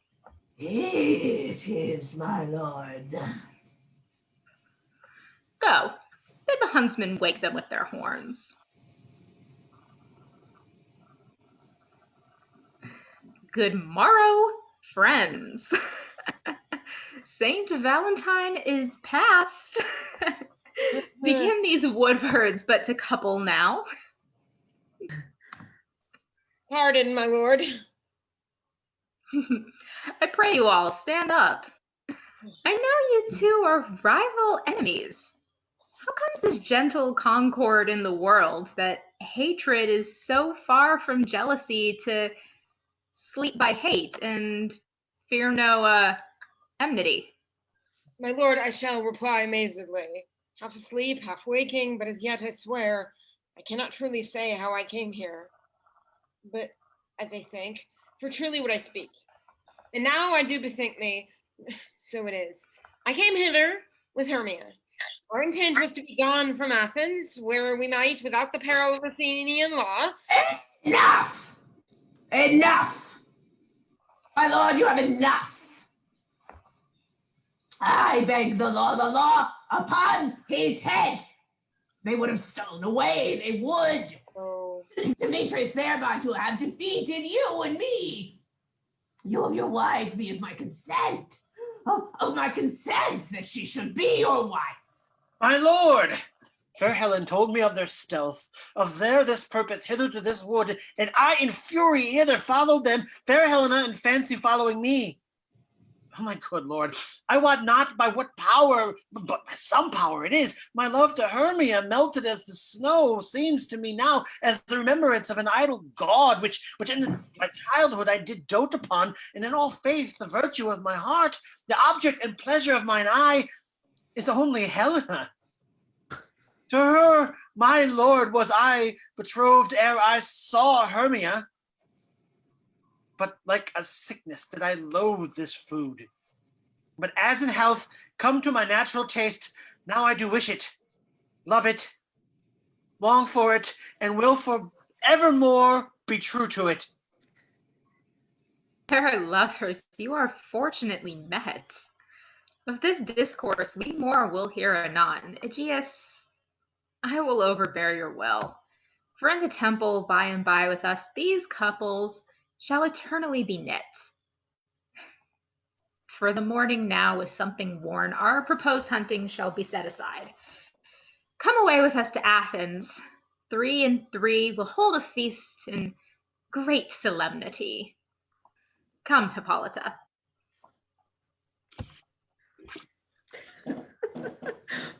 These things seem small and indistinguishable, like far-off mountains turned into clouds. Methinks I see these things with parted eye, when everything seems double. So methinks. And I found Demetrius like a jewel, mine own and not mine own. Are you sure that we are awake? It seems to me that yet we sleep, we dream. Do not you think the Duke was here and bid us follow him? Yeah, and my father. And Hippolyta. And he did bid us follow to the temple. Why then we are awake. Let us follow him, and by the way, let us recount our dreams. Yeah.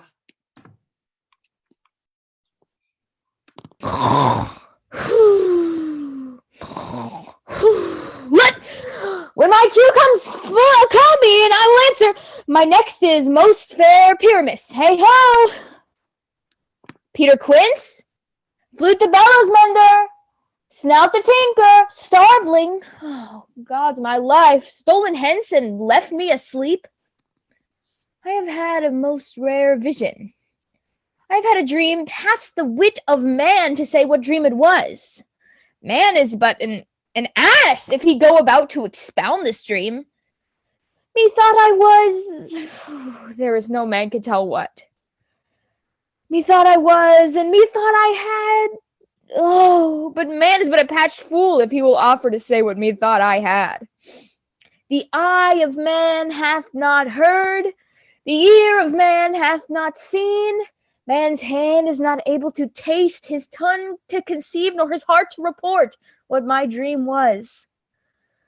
I will get Peter Quince to write a ballad of this dream. It shall be called Bottom's Dream, because it hath no bottom, and I will sing it in the latter end of a play, before the Duke. Peradventure, to make it the more gracious, I shall sing it at her death.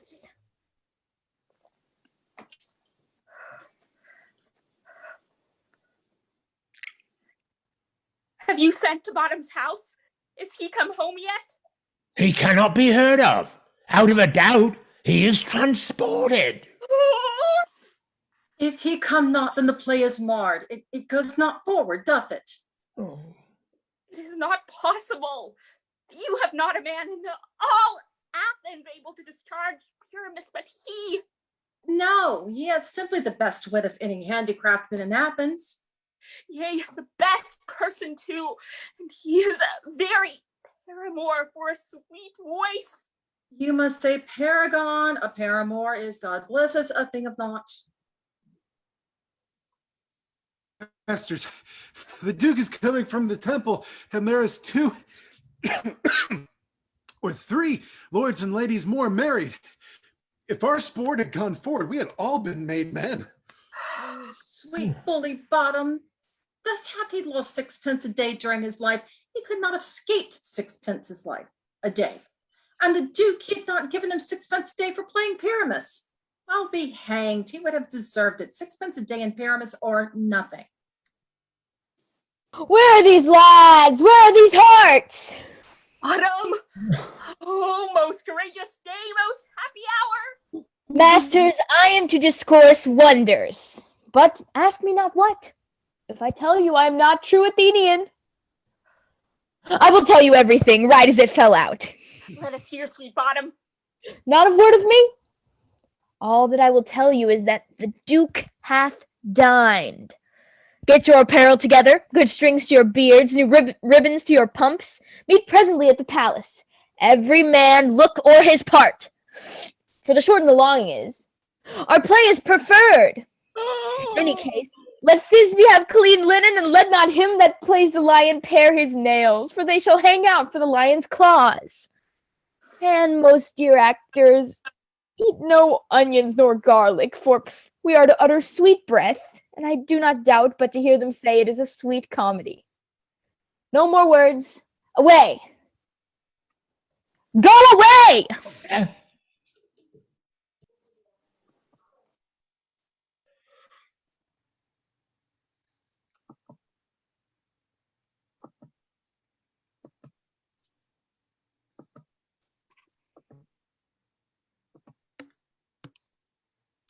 'Tis strange, my Theseus, that these lovers speak of.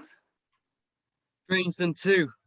I fear I never may believe these antique fables nor these fairy toys. Lovers and madmen have such seething brains, such shaping fantasies that apprehend more than cool reason ever comprehends.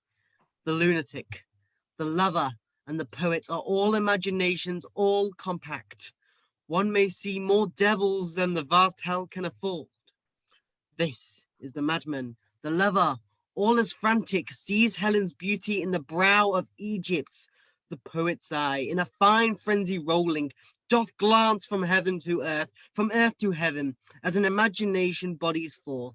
The forms of these things unknown, the poet's pen then turns to shapes, and gives to airy nothing a local habitation and name.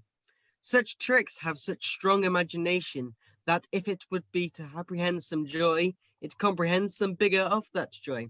Or in the night, imagining some fear, how wheezy is a bush supposed to be a bear? But all the story of the night told over, all their minds so transfigured together, more witnesses than fancy images, and grows to something of great constancy, but howsoever strange and admirable. Here come the lovers full of joy and mirth. Joy, gentle friends, joy and fresh days of love accompany your hearts. More than to us wait in your royal walks, your board, your bed. Come now, what masks, what dances shall we have to wear among this long age of 3 hours between our after supper and bedtime? Where is our usual manner of mirth? What revels in hand? Is there no play to ease or anguish this torturing hour? Call Philostrate. Here, mighty Theseus. Say, what abridgment have you for this evening? What mask? What music? How shall we beguile this lazy time, if not with some delight? There is a brief how many sports are ripe. Make choice of which your highness will see first. The battle with the censars to be snug, by an Athenian eunuch to be harp. Will none of that. Thus I've told my love in glory of my kinsman Hercules, the riot of the tipsy barnacles, tearing the Tyracian singer in their rage. That is an old device in which was played when I from Thebes came last a conqueror. The thrice muses mourning for the death of learning, late deceased in beggary. This is some satire, clean and critical, not sorting of a nuptial ceremony. A tedious brief scene of young Pyramus and his love Cebe in his tragical mirth. Merry and tragical, tedious and brief. This is hot ice and wandering sage snow. How shall we find this concord of this discord? A play there is, my lord, some 10 words long, which is as brief as I've known a play, but by 10 words, my lord, it is too long, which makes it tedious. For in all the play, there's not one word apt, one player fitted, and tragical, my noble lord, it is, for Pyramus therein doth kill himself, which, when I saw rehearsed, I must confess, made my eyes water, but more merry tears of the passion of loud's laughter never shed. What are they that do play it? Oh, hard-handed men that work in Athens here, which never labored in their minds till now. Now they have toiled their unbreathed memories with the same play against your nuptial. We will hear it. No, my noble lord, it is not for you. I have heard it over, and it is nothing in the world, unless you can find sport in their intents. Extremely stressed and conned with cruel pain to do you service. I will hear that play, for never anything can be amiss, with simpleness and duty tender it. Go, bring them in, and take your places, ladies. I love not to see wretchedness o'ercharged, and duty in his service perishing. Why, gentle sweet, you shall see no such thing. He says they can do nothing in this kind. Kind are we to give them thanks for nothing. Our sport shall be to take them what they mistake, and what poor duty cannot do, noble respect takes in might, not merit. Where I have come, great tricks have proposed. to greet me with premeditated welcomes, where I have seen them shiver and look pale, make periods in the midst of sentences, throttled their practised accents in the fears, and the conclusion dumbly have broken off, not paying me a welcome. Trust me, sweet, out of this silence yet I picked a welcome, and in the modesty of faithful duty I have read this much from a rustling tongue of saucy and audacious eloquence. Love, therefore, and tongue-time simplicity in least speaks most to my capacity. Oh, please your grace, the prologue is addressed. Let him approach.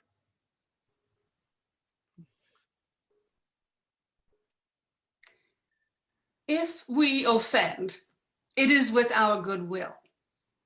That you should think we come not to offend, but with goodwill. To show our simple skill, that is the true beginning of our end. Consider then, we come but in despite. We do not come as minding to content you. Our true intent is, all for your delight we are not here, that you should here repent you. The actors are at hand, and by their show, you shall know all that you are like to know. But doth not stand upon points. He hath rid his prologue like a rough colt, he knows not to stop. A good moral, my lord, it is not enough to speak, but to speak true. Oh, indeed, he hath played on this prologue like a child on a recorder, a sound, but not in government. Speech was like a tangled chain, nothing compared, but all disordered. Who's next?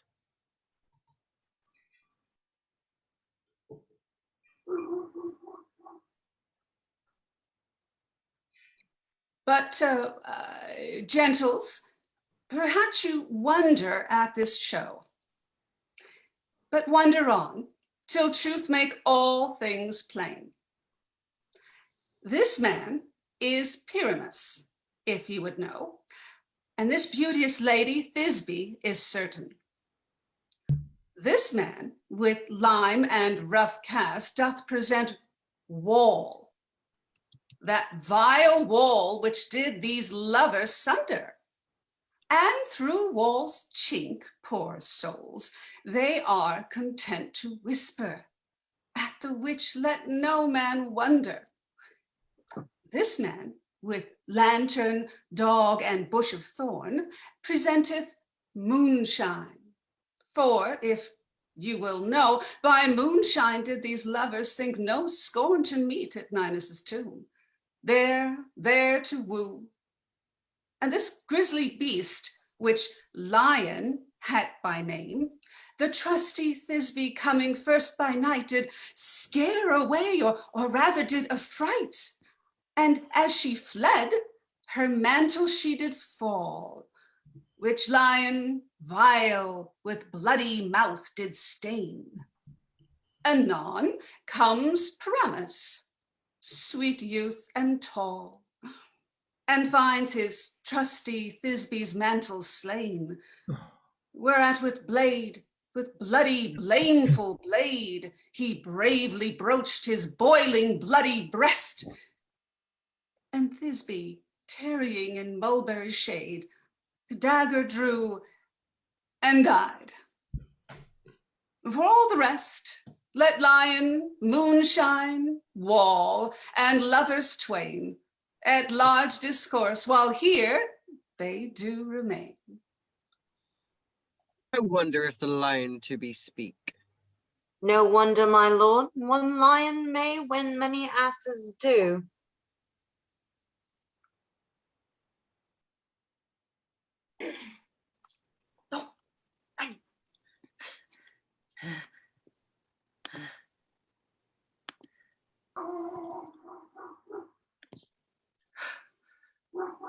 In this same interlude,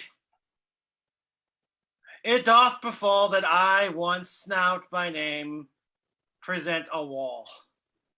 And such a wall as would have you think that had it in crannied hole or chink, to which the lovers Pyramus and Thisbe did whisper often, very secretly. This loam, this rough cast and this stone doth show that I am the same wall. The truth is so, and this cranny is a right and sinister through which the fearful lovers are to whisper. Could you design lime and hair to speak better? It is the wittiest partition that ever I heard discourse, my lord. Pyramus draws near the wall. Silence. Oh, Crimlux night, oh night with you so black, oh night which ever art when day is not, oh night, alack, alack, alack, I fear my Thisbe's promises forgot, and thou, O wall, O sleet, O lovely wall, that standest between our father's ground and mine, thou wall, O sweet and lovely wall, show me thy chink to blink through with mine eye. Thanks, courteous wall, Jove shield thee well for this. What see I? No Thisbe do I see, a wicked wall through whom I see no bliss. Cursed be thy stones for thus deceiving me. All methinks be sensible should curse again. No, in truth, sir, he should not. Deceiving me is Thisbe's cue. She is to enter now, and I am to spy her through the wall. You shall see it will fall out pat, as I told you. Oh, yonder she comes. O wall, full often hast thou heard my moans for parting my fair Pyramus and me. My cherry lips have often kissed thy stones with lime and hair knit up in thee. I see a voice. Now will I to the chink to spy, and I can hear my Thisbe's face. Thisbe! My love, thou art my love, I think. Think what thou wilt, I am thy lover's grace, and like Lymander am I trusty still. And I like Helen till the fates me kill. Not Shafalus to Procrus was so true. As Shafalus to Procrus, I to you. Oh, kiss me through the hole of this vile wall. Oh, I kiss the wall's hole, not your lips at all. Wilt thou add ninnies to meet me straightway? Tide life, tide death, I come without delay. Thus have I, wall, my part discharged so. And being done, thus wall away doth go. Now is the wall down between the two neighbours? No remedy, my lord, when walls are so willful to hear without warning. This is the silliest stuff that ever I heard. Both kind are all but shadows, and the worst are no worst, if imagination amend them. It must be your imagination then, not theirs. We imagine no worse of them than they of themselves. They must pass for excellent men. Here come two noble beasts in, a man and a lion. Oh, you ladies, you who gentle hearts to fear, the smallest monstrous mouse that creeps on floor may now perchance both quake and tremble right here, when lion rough in wildest rage doth roar. Then know that I, as Snug the joiner, am a lion fell, nor else no lion's dam. For if I should, as lion come in strife into this place, 'twere pity on my proud life. A very gentle beast, and of good conscience. The very best at a beast, my lord, that e'er I saw. This lion is a very fox for his valor. True, and a goose for his direction. Not so, my lord, for his valor cannot carry his discretion, and the fox carries the goose. His discretion, I am sure, cannot carry his valor, for goose carries not the fox. It is well, leave him to his discretion, and let us listen to the moon.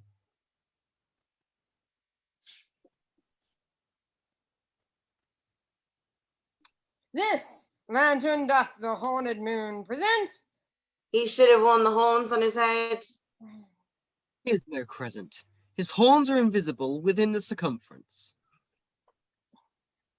This lantern doth the horned moon present. Myself, the man in the moon, do seem to be. This is the greatest error in all the rest. The man should be put into the loftum. How else is it the man in the moon? He dares not come, therefore, the candle, for you see, it is already in snuff. I'm a-weary of this moon. Would he change? It appears by his small light of discretion that he is the wane, but yet in courtesy and all reason we must stay the time. Proceed, moon. All I have to say is that the lantern is the moon. The man in the moon, me, the thorn bush, my thorn bush, and this cat, it's my cat. Why all these should be in the lantern, for all these are in the moon. Oh, but silence, here comes Thisbe. Ah, this is old Ninny's tomb. Where is my love? Oh! Oh, no! Well roared, lion. Well run, Thisbe. Well shown, moon. Truly, the moon shines with good grace. Well mouthed, lion. And then came Pyramus. And so the lion vanished. Sweet moon, I thank thee for thy sunny beams. I thank thee, moon, for shining now so bright. For by thy gracious golden glittery gleams, I trust to take of truest Thisbe's sight. But stay, oh spite! But mark, poor knight, what dreadful dole is here? Eyes, do you see? How can it be? Oh, dainty duck! Oh dear, thy mantle good, what stained with blood? Reproach, you furies fell, oh fates, come, come, cut thread and thrum, quail, crush, conclude, and quell. This passion and death of a dear friend would go near to make a man look sad. Shrew my heart, but I pity the man. Oh, wherefore, nature, didst thou lions frame, since lion vowel here hath devoured my dear, which is, no, which was the fairest dame that lived, that loved, that liked, that looked with cheer. Come, tears confound, out sword, and wound the pap of Pyramus. I that left pap, where the heart doth harp, thus die I, thus, now I am dead, now I am fled, my soul is in the sky, tongue lose thy light, moon take thy flight, now die, die, die, die. No, die. Ace for him, for he is but one. Less than an ace, man, for he's dead. He's nothing. The help of a surgeon, he might yet recover and yet prove an ass. How chance moonshine is gone before Thisbe comes back and finds her lover? She'll find him by the starlight. Here she comes, and her passion ends this play. Methinks she should not use a long one for such as Pyramus. Hope she'll be brief. A more will turn the balance, which Pyramus, which Thisbe is the better. He for a man, God warrant us. She for a woman, God bless us. She has spied him already with those sweet eyes. And thus she means, Videlict. Asleep, my love. What? Dead, my dove? Oh, Pyramus, arise, shriek, speak, quite dumb.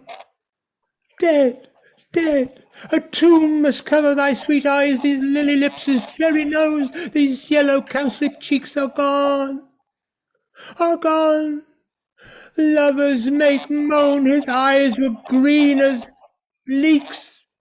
Oh, sisters three, come to me with hands as pale as milk. Lay them in gore, since you have sure with shears his thread of silk. Tongue, not a word.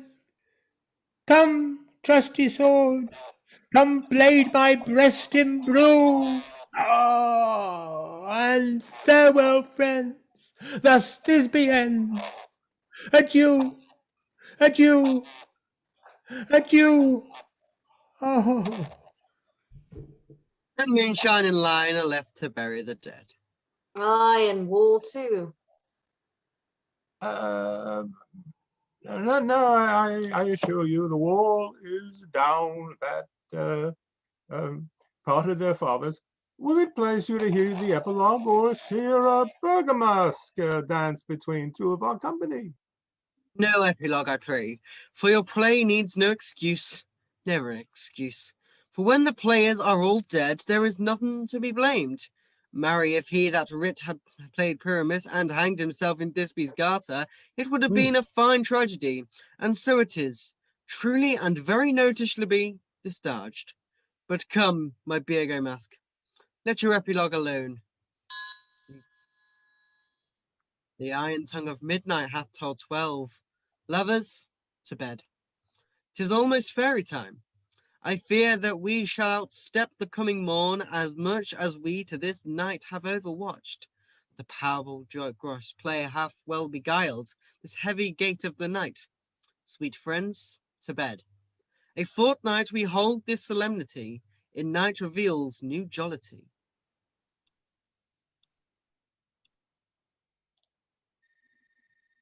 Oh!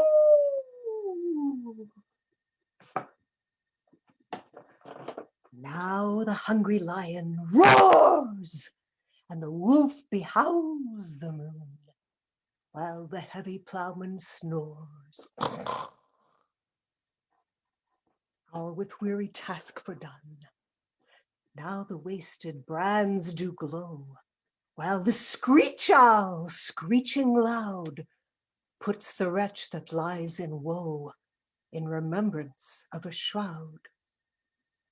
Now it is the time of night, that the grave is all gaping wide. Everyone lets forth his sprite in the churchway paths to glide. And we fairies that do run by the triple Hecate's team, following from the presence of the sun, following nightness like a dream, now are frolic. Not a mouse shall disturb this hallowed house. I am sent with broom before to sweep the dust behind the door.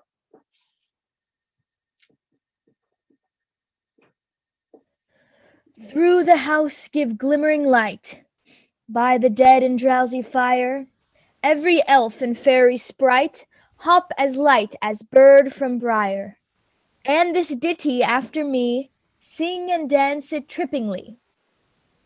First rehearse your song by rote, to each word a warbling note. Hand in hand with fairy grace, we will sing and bless this place. Now until the break of day, through this house each fairy stray. To the best bride bed will we, which by us shall blessed be, and the issue there create ever shall be fortunate. So shall all the couples three ever true and loving be, and the blots of nature's hand shall not in their issue stand. Never mole, hair, lip, nor scar, nor mark prodigious, such as are despised in nativity, shall upon their children be. With this field do consecrate, every fairy take his gate, and each several chamber bless, through this palace with sweet peace. and the owner of it bless, ever shall in safety rest. Trip away, make no stay, meet me all by break of day.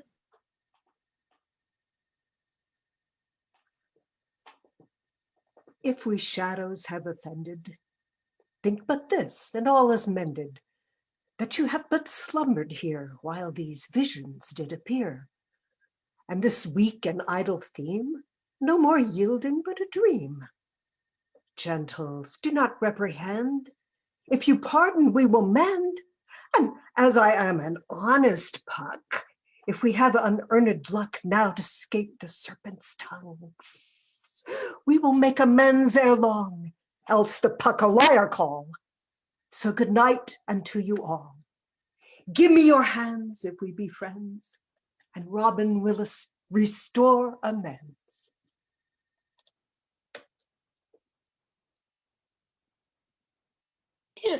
Oh my goodness, cameras on, everybody. Oh yeah, I'm not muted anymore. Cameras on.